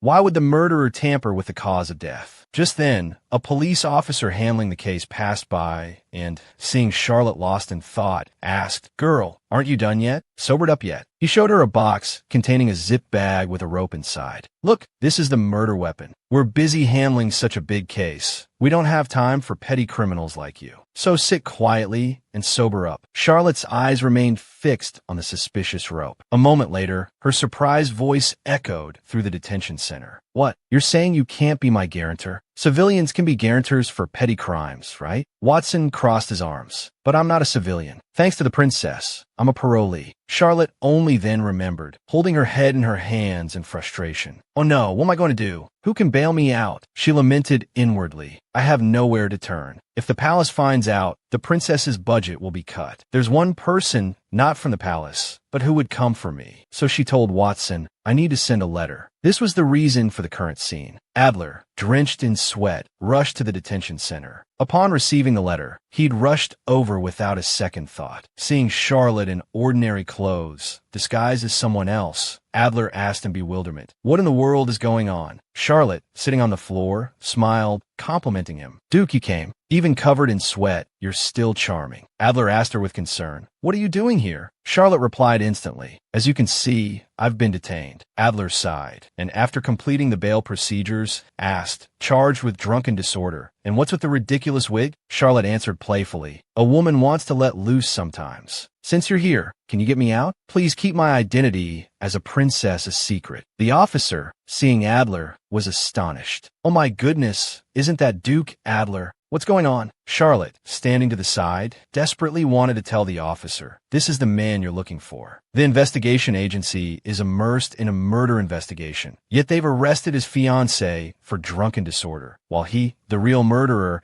is helping to cover up his fiancée's identity. No wonder he's not worried about the investigation into his own cases. Just another day for a serial killer, right?" Just then, Adler called to her. "The procedures are complete. Let's go." The two left the detention center together. Even after walking for a while, the atmosphere remained awkward. Because of the incident that night, and asking him for help again today, Charlotte couldn't help but speak first. "Thank you for everything you've done today. I couldn't think of anyone else to ask for help. Only you, my fiancé." Adler asked her, "Are you hurt anywhere?" Charlotte was slightly surprised at his words. She had expected him to criticize and scold her again. Lowering her head, she said, "I'm fine." Adler continued. Charlotte spoke before he could. "I apologize for contacting you so suddenly, without prior arrangement. Take care." Unexpectedly, Adler suggested, "Since our schedules are both free, let's go on a date today." Charlotte could hardly believe her ears, looking up at him. A date? With someone who just got out of jail? After a beat, Adler then asked her, Is the restaurant you want to go to called Solto? Charlotte nodded in reply. Yes, that's right. That restaurant is famous for its steak. I often enjoy it with red wine. However, upon hearing her mention this, Adler's expression became slightly unnatural, but he still said, as you wish. Charlotte, watching his expression, surmised, it seems he really doesn't want to go. Solto Premium Steak Restaurant. This was the second location of the serial killings. The victim was the head chef. This was a good opportunity to look for a connection between the chefs. Together, they went to the restaurant. When ordering, the waiter asked, "How would you like your steak cooked?" Adler answered without hesitation, "Well done." Charlotte, sitting opposite him, was slightly taken aback. Who eats steak like that? The meat needs a bit of blood in it to truly savor the flavor. She said to the waiter, "I'll have it rare." I've heard the true taste of steak is when the meat has a little blood in it. Adler simply smiled faintly and said nothing. Hearing this, he changed the subject. Why did you disguise yourself and go drinking in Norwood? Charlotte made up an excuse. I heard there was a famous pub on Norwood Street. But if people saw the princess drunk in that kind of place, rumors would definitely spread. Adler questioned her further. Why did you drink so much? Charlotte gave a faint smile. There are times in life when you face pressure, right? Sometimes everything is painful and unfair. I wanted to get drunk. It helps me forget a little. Don't you have times like that too? Duke Adler closed his eyes and sighed. I don't know. I've never been drunk to that extent. Charlotte, cupping her face in her hands, continued, I must have seemed strange, right? Anyway, I'm sorry for dragging you into this. She thought to herself, let's end this topic quickly. These are all dangerous ramblings. Unexpectedly, she heard Adler's comforting words. Did you have to get drunk like that? Because of me? Charlotte stared at him blankly, hearing Adler continue. About what happened at Miss Moreton's coming-of-age ceremony. I regret it. I made a big mistake that day. I apologize for my rudeness to the princess and for your having to help Blair. Although it's a little late, I really wanted to thank you. Having said these words, Adler turned his head away, but couldn't hide the slight blush creeping onto his face. He seemed embarrassed. Charlotte reached out, breaking the awkward silence. Ah, Miss Blair is the Duke's sister. Since we're about to become family, it was only natural for me to help her. She secretly wondered why this man was acting like this today. Hearing those two words, Adler's face flushed even deeper. He lifted his water glass to hide his embarrassment. Our family. To Adler, Charlotte was indeed a troublesome existence. Everything in his life had gone smoothly, but whenever Princess Charlotte was involved, everything would descend into chaos. Even the Duke's carriage, usually ready at a moment's notice, was currently being used by his stepmother and sister. When he received her letter, he needed to leave immediately, but the butler said it would take 30 minutes to prepare a new carriage. 30 minutes. Such a long time. Who could wait? So Adler had rushed out. He had to immediately verify the identity of the woman who'd audaciously summoned him to the jail. Fortunately, Adler managed to hail a carriage on the street. When he saw Charlotte sitting in the jail cell, smiling at him, saying, Duke, you came. Even covered in sweat, you look charming. Adler stared at the girl before him in astonishment. Dressed simply, like a commoner, her face free of makeup, how could this absurd woman be so beautiful? His breathless dash had left him unable to think clearly. However, what awaited him, to his dismay, was the charge against his fiancée, public intoxication. That day, Alfred was surprised to hear Adler ask, Do you think if you made a mistake, your lover would be disappointed? Alfred inquired, Are you referring to the Duke's friend? Adler hesitantly said, Well, when the other person stops talking to you every day, doesn't that mean it's time to break up? Alfred replied in a low voice, Yes, when a woman falls out of love, I hear they often change their hairstyle or drink heavily. Alfred thought to himself, Good heavens, Duke, what have you done? At this, Adler became even more convinced of his reasoning. That's it. She must be drinking and wearing a wig because I acted like a fool at the ball. Charlotte's words further fueled Adler's delusion. When everything is painful and unfair, I want to get very drunk. It helps me forget a little. Adler's heart ached. Did you really say those things to yourself because of me? She's been in so much pain. He resolved to speak. I made a big mistake that day. I apologize for my rudeness to the princess. It was the first time Adler had ever apologized. How elegant Charlotte looked as she forgave him. Adler realized, the heaviness in my chest is gone. My heart is fluttering and trembling. Could Charlotte be the person who understands everything about me? I've never told anyone. Would it be better if I confided in her about the things that have been troubling me? Adler began. Actually, I didn't want to come here. I have a rather unpleasant memory from the last time I visited this restaurant. Hearing him say this, Charlotte was struck speechless. Her face paled. What? No way. Is he going to reveal the killer's memories right here, right now? She ventured to ask, what happened? Adler's gaze deepened. 2 months ago, the chef here took the liberty of changing my steak from well done to rare. They told me that only rare could one enjoy the best flavor of the steak. Charlotte thought in horror. Good heavens, the chef was indeed experienced, but even so, just because he changed how the steak was cooked, he killed the chef for that reason? At this moment, Adler covered his mouth and continued. It sounds stupid, but whenever I smell the scent of blood, I panic. Charlotte's eyes widened in disbelief. Yes, Adler continued. That day, there was so much blood in the steak that I almost lost my composure in front of my stepmother and Blair. Charlotte sighed inwardly. Unbelievable. A military academy graduate from a prestigious school, and you're afraid of the smell of blood? Then Adler spoke. No need to look at me with that pitying expression. I watched my mother cough up blood and die. From that day on, whenever I smell blood, I remember that scene and find it hard to breathe. Charlotte then asked him, so is that why you refused to join the Royal Army after graduating from the military academy? Adler didn't hide his answer. Yes, I couldn't join the army because of this condition. If I had stayed at the Duke's mansion instead of going to the military academy, perhaps my mother wouldn't have died because my father isn't someone who could gently care for my mother. Charlotte said sadly, I'm sorry for your mother's passing. Does anyone else know about this? Adler shook his head. I've never mentioned this condition to anyone. Charlotte asked curiously, then why tell me? Adler blushed, smiling. Well, because we're about to become family, right? Charlotte fell silent. Then, pursing her lips, called out, Waiter, can I change my steak to well done? The waiter nodded. Certainly. Adler immediately said to her, you don't have to change your order because of me. I won't smell the blood from someone else's plate. Charlotte defended herself. I just feel like having a well-done steak today. Adler couldn't help but tease her. I recall you saying that if it's well done, you can't taste the true flavor of the meat. Charlotte quickly retorted, no matter how it's cooked, meat is delicious. She thought to herself, witnessing the death of one's parents is difficult for anyone, even if he is the villain in this story. One day, I asked my parents to take me to an amusement park, and on the way, we had an accident. The car was completely wrecked, and I was the only survivor. If I hadn't asked my parents to take me to the amusement park, no one would have died. I still clearly remember those days of self-blame. I wonder if he also has those sleepless nights. Aloud, she said, it clearly wasn't your fault. She gently placed her hand on his, comforting him. So stop blaming yourself. That night, Charlotte lay in bed, unable to sleep. I shouldn't develop personal feelings for a suspect, but in the end, I couldn't help but comfort him. My mind is too much of a mess. Why did I do that? Charlotte sat up, talking to herself. Now's not the time to be thinking about this. The victim's autopsy results must have been tampered with. Let's reorganize the evidence I found during my undercover investigation in jail. First, Marquis de Brigette's cause of death wasn't strangulation, but poisoning.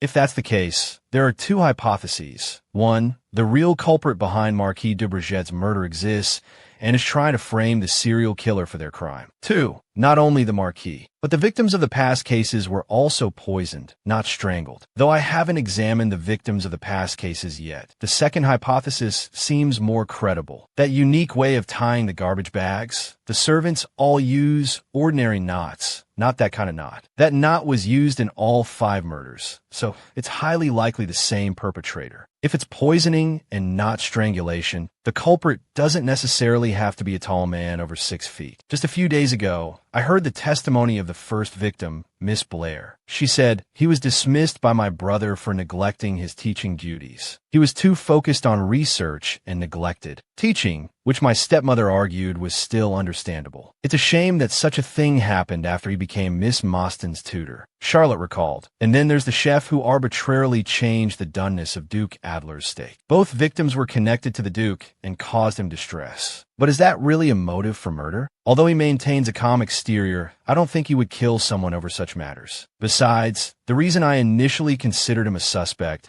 was simply because of the brief introduction to this world I happened to read. If he's not the culprit, but merely a suspect, then who is the real killer? A day later, the Emperor's voice echoed through the castle. It's a shame that the previous meeting had to be cut short due to the poisoning incident. I'm glad everything has been resolved and we can gather here once again. Let the discussion commence. Charlotte looked at Camilla across from her, who had been giving her a suspicious smile. It seemed Camilla had something planned. Today, we also have Marquis Duster present. He's on Camilla's side as well. At that moment, the Emperor asked, Marquis Duster, do you have anything you wish to say? Duster spoke respectfully. I would like to express my opinion, Your Majesty. He began to speak about the current situation. In the past decade, there have been numerous XX challenges. Some have pointed out that within our empire's judicial system, it's difficult to completely resolve the issue of YY. In such circumstances, if we were to improve to ZZ, what advantages and disadvantages would arise? Your Highness, Princess Charlotte, what are your thoughts on this? He unexpectedly directed the question to Charlotte, but she confidently straightened herself. Well then, where shall we begin? A moment later, Duster frowned and said, No, I have nothing more to say. That was an excellent answer. The Emperor threw back his head and laughed. I'm very satisfied. I've heard Charlotte has been diligently studying in the library recently. I truly wouldn't recognize her. Charlotte smiled and replied, Father, you flatter me. She thought to herself, those were all questions deep within my area of expertise. At that moment, someone presented a document to the Emperor. Your Majesty, this is the schedule for the upcoming royal events. The Emperor murmured,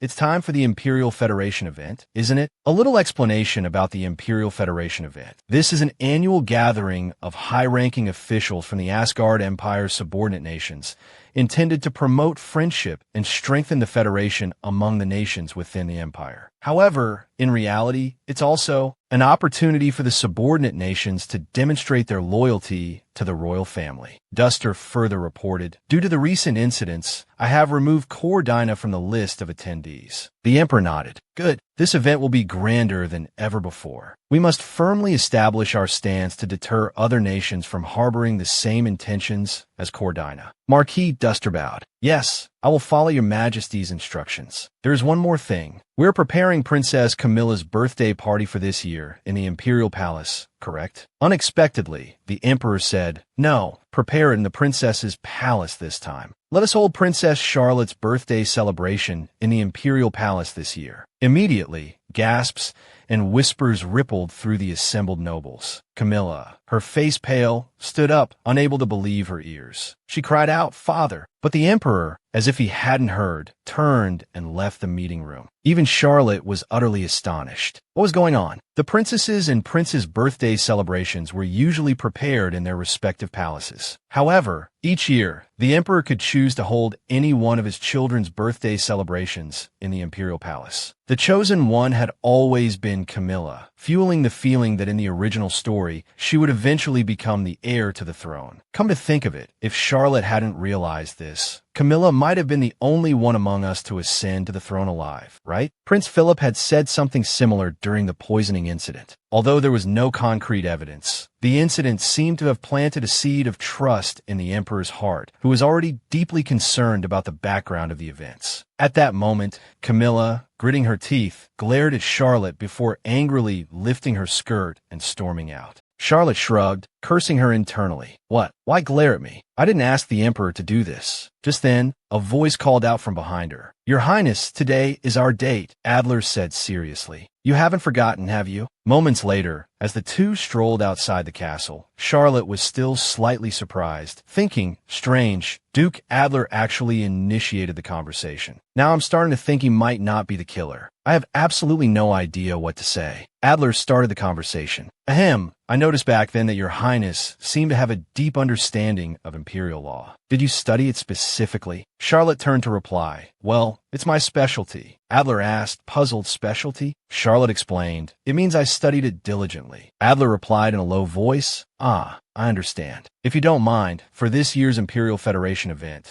would you be willing to attend as my partner? You see, I truly enjoy attending the Imperial Federation event. So I mean, you don't have to worry that I won't enjoy attending the event. Charlotte smiled, thinking, is he really worried I'd say I don't need him as my partner? She said, then I'll have to rely on you again this time. Adler smiled at her, pleased. Then, feigning a cough, he asked, is there anything else you wanted to say to me today? Charlotte, not quite understanding his meaning, replied with a forced smile, no, nothing in particular. She thought, bewildered, why is he acting so strange today? Seeing the slightly saddened expression on his face after hearing her response, Charlotte became even more confused. No, seriously, why is he acting so strangely? What does he mean I haven't said what I usually say today? So she blurted out, Duke, you have something on your face. Adler was slightly startled. What? Handsomeness. Her response stunned him into silence. But Charlotte noticed his face flush red. She thought, surprised, what? I can't believe he actually wanted to hear me compliment him. Has he been considering me a flatterer all this time? Adler even covered his mouth with his hand as he chuckled, causing Charlotte to seriously question her life choices. Is this lunatic really the serial killer? Adler, attempting to regain his composure, coughed awkwardly. Ahem. He asked Charlotte, also, I heard your dress was damaged at Miss Mostyn's party. Charlotte nodded. You needn't worry about that. This is my fault, Adler said gravely. Since it happened while you were helping my sister, I'll compensate you. I'll get you a dress for the Imperial Federation party. Charlotte waved her hand dismissively, a blush rising on her cheeks. Is that all right? The princess's palace budget is already stretched, and I have designer dresses I've never even worn. Adler pressed on. The Imperial Federation is a significant event. Delegations from other countries will be attending. As my partner, you should wear your finest. Charlotte countered, her words catching him off guard. Are you saying my dresses aren't beautiful? Adler rushed to clarify. No, that's not what I meant. Why don't you get a dress from Emma's? That's the finest shop in the Empire. I made a mistake at the last ball. I can't be indebted to you like this. Charlotte breathed a sigh of relief, thinking, as a minister, he has to meet many people. Perhaps he doesn't want his partner poorly dressed. But it's difficult to get an appointment at Emma's unless you're a VIP. Charlotte proposed, if you make the appointment for me, I'll go, but I'll pay for the dress myself. Seeing her agree, Adler brightened. All right, I'll make the reservation. Adler smiled at the woman before him. He just wants me to be presentable, she thought. A moment later, Martha's excited voice rang through the castle. Princess, I heard someone made a reservation at Emma's for you. Charlotte nodded in confirmation. Yes. Inwardly, she sighed. Oh dear. Martha, practically vibrating with excitement, her nostrils flared, exclaimed, we must let the Imperial Federation know the princess's status and about the birthday party being held at the Imperial Palace. Won't this raise the princess's value? So you can finally one-up those impertinent maids in Princess Camilla's palace? I overheard that, for some reason, Camilla couldn't get an appointment at Emma's. She must be furious. At that moment, a voice interrupted them. Do nobles buy new dresses every time they attend an event? The speaker was Watson. Martha immediately raised her voice in admonishment. Mr. Watson, please refrain from such vulgar talk in front of the princess. Charlotte, slumped in her chair, shrugged and sighed. Yeah, it's so expensive. I can't even wear the dresses I bought before. Martha chided. Oh my, the princess can't wear the same outfit twice. Have you lost your memory again? Charlotte muttered under her breath. Yeah,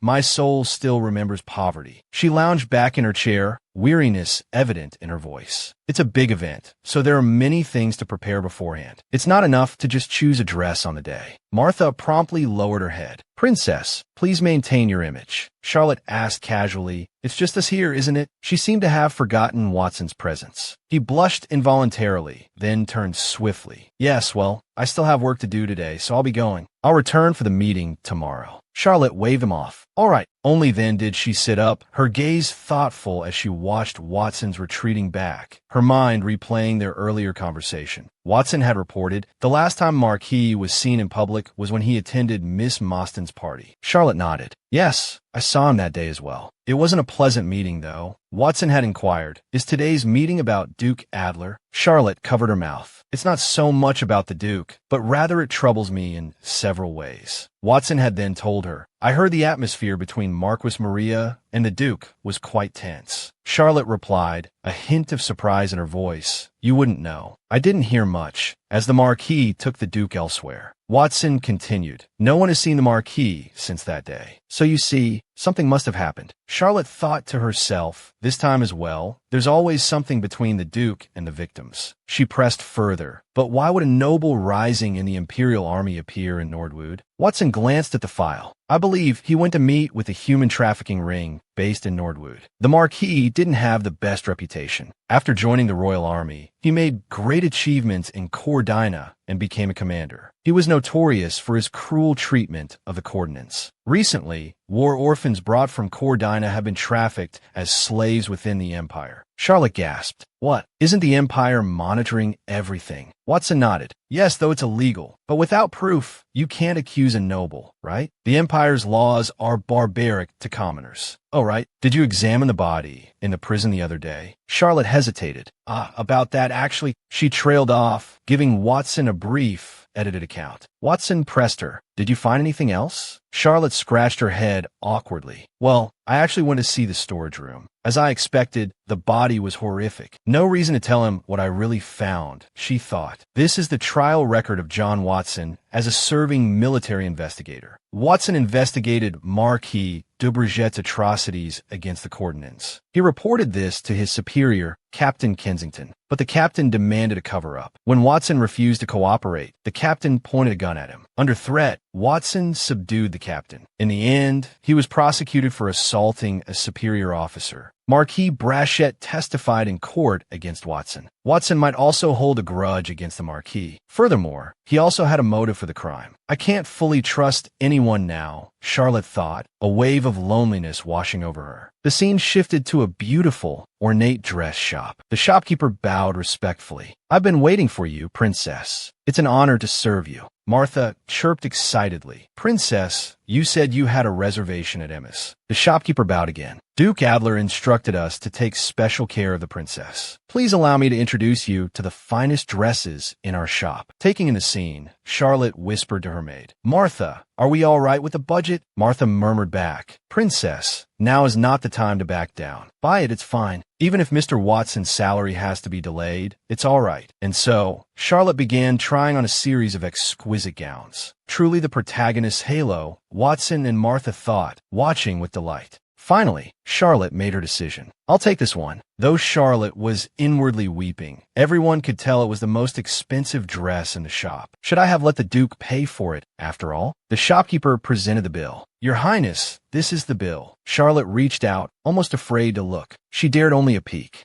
The number shocked her. It was less than half the price of the dress she'd bought last time. Incredulous, Charlotte asked, No, is this really the price for this dress? The shopkeeper nodded. Certainly, Your Highness. Charlotte was bewildered. How can it be so cheap? While I don't know much about dress prices, this is a bit strange. The shopkeeper smiled. Your Highness, I am a businesswoman, but I can manage a low-income business project. This price is correct. Please confirm your purchase. Since she put it that way, Charlotte agreed with a smile. The shopkeeper beamed. Thank you, Princess. I will have the dress delivered to your palace. The trio left the shop together. Charlotte still felt something was amiss. It feels a bit strange. Martha fretted, Oh, it's raining. Anyway, we should stop by the grocery store you made a reservation at. Charlotte suggested, Let's call a carriage. The rain will stop soon. Unexpectedly, Watson stepped forward from behind them. Wait, you're not planning on walking all day, are you? What if you get sick with a high fever? Besides, you're frail. Charlotte fell silent. Is he scolding me or concerned about me? She wondered. No response received. Watson further suggested, I'll go get an umbrella. Please wait here. I'll also call for a carriage. Charlotte frowned, but you'll get wet. Watson confidently patted his chest. Did you forget? I'm from the army. A little rain is nothing to me. With that, he immediately turned and left. Martha, standing beside her, said to Charlotte, Although Mr. Watson can be blunt sometimes, I believe he's completely sincere. Charlotte nodded in satisfaction. Indeed, I chose a good assistant, didn't I? Martha continued. However, he's a man who doesn't understand his own heart, so please don't develop too many feelings for him. Once you marry the Duke, your contract with him will end. Charlotte smiled. Yes, I know. She knew very well that Watson's loyalty wasn't to her, but to the money she paid him. Martha then asked, By the way, was that dress really worth the price? Charlotte nodded in agreement. It is rather strange. I'm sure Duke Adler might have done something. Speak of the devil. He appeared, asking, Done something? Charlotte was startled, turning to look at the person who had suddenly appeared.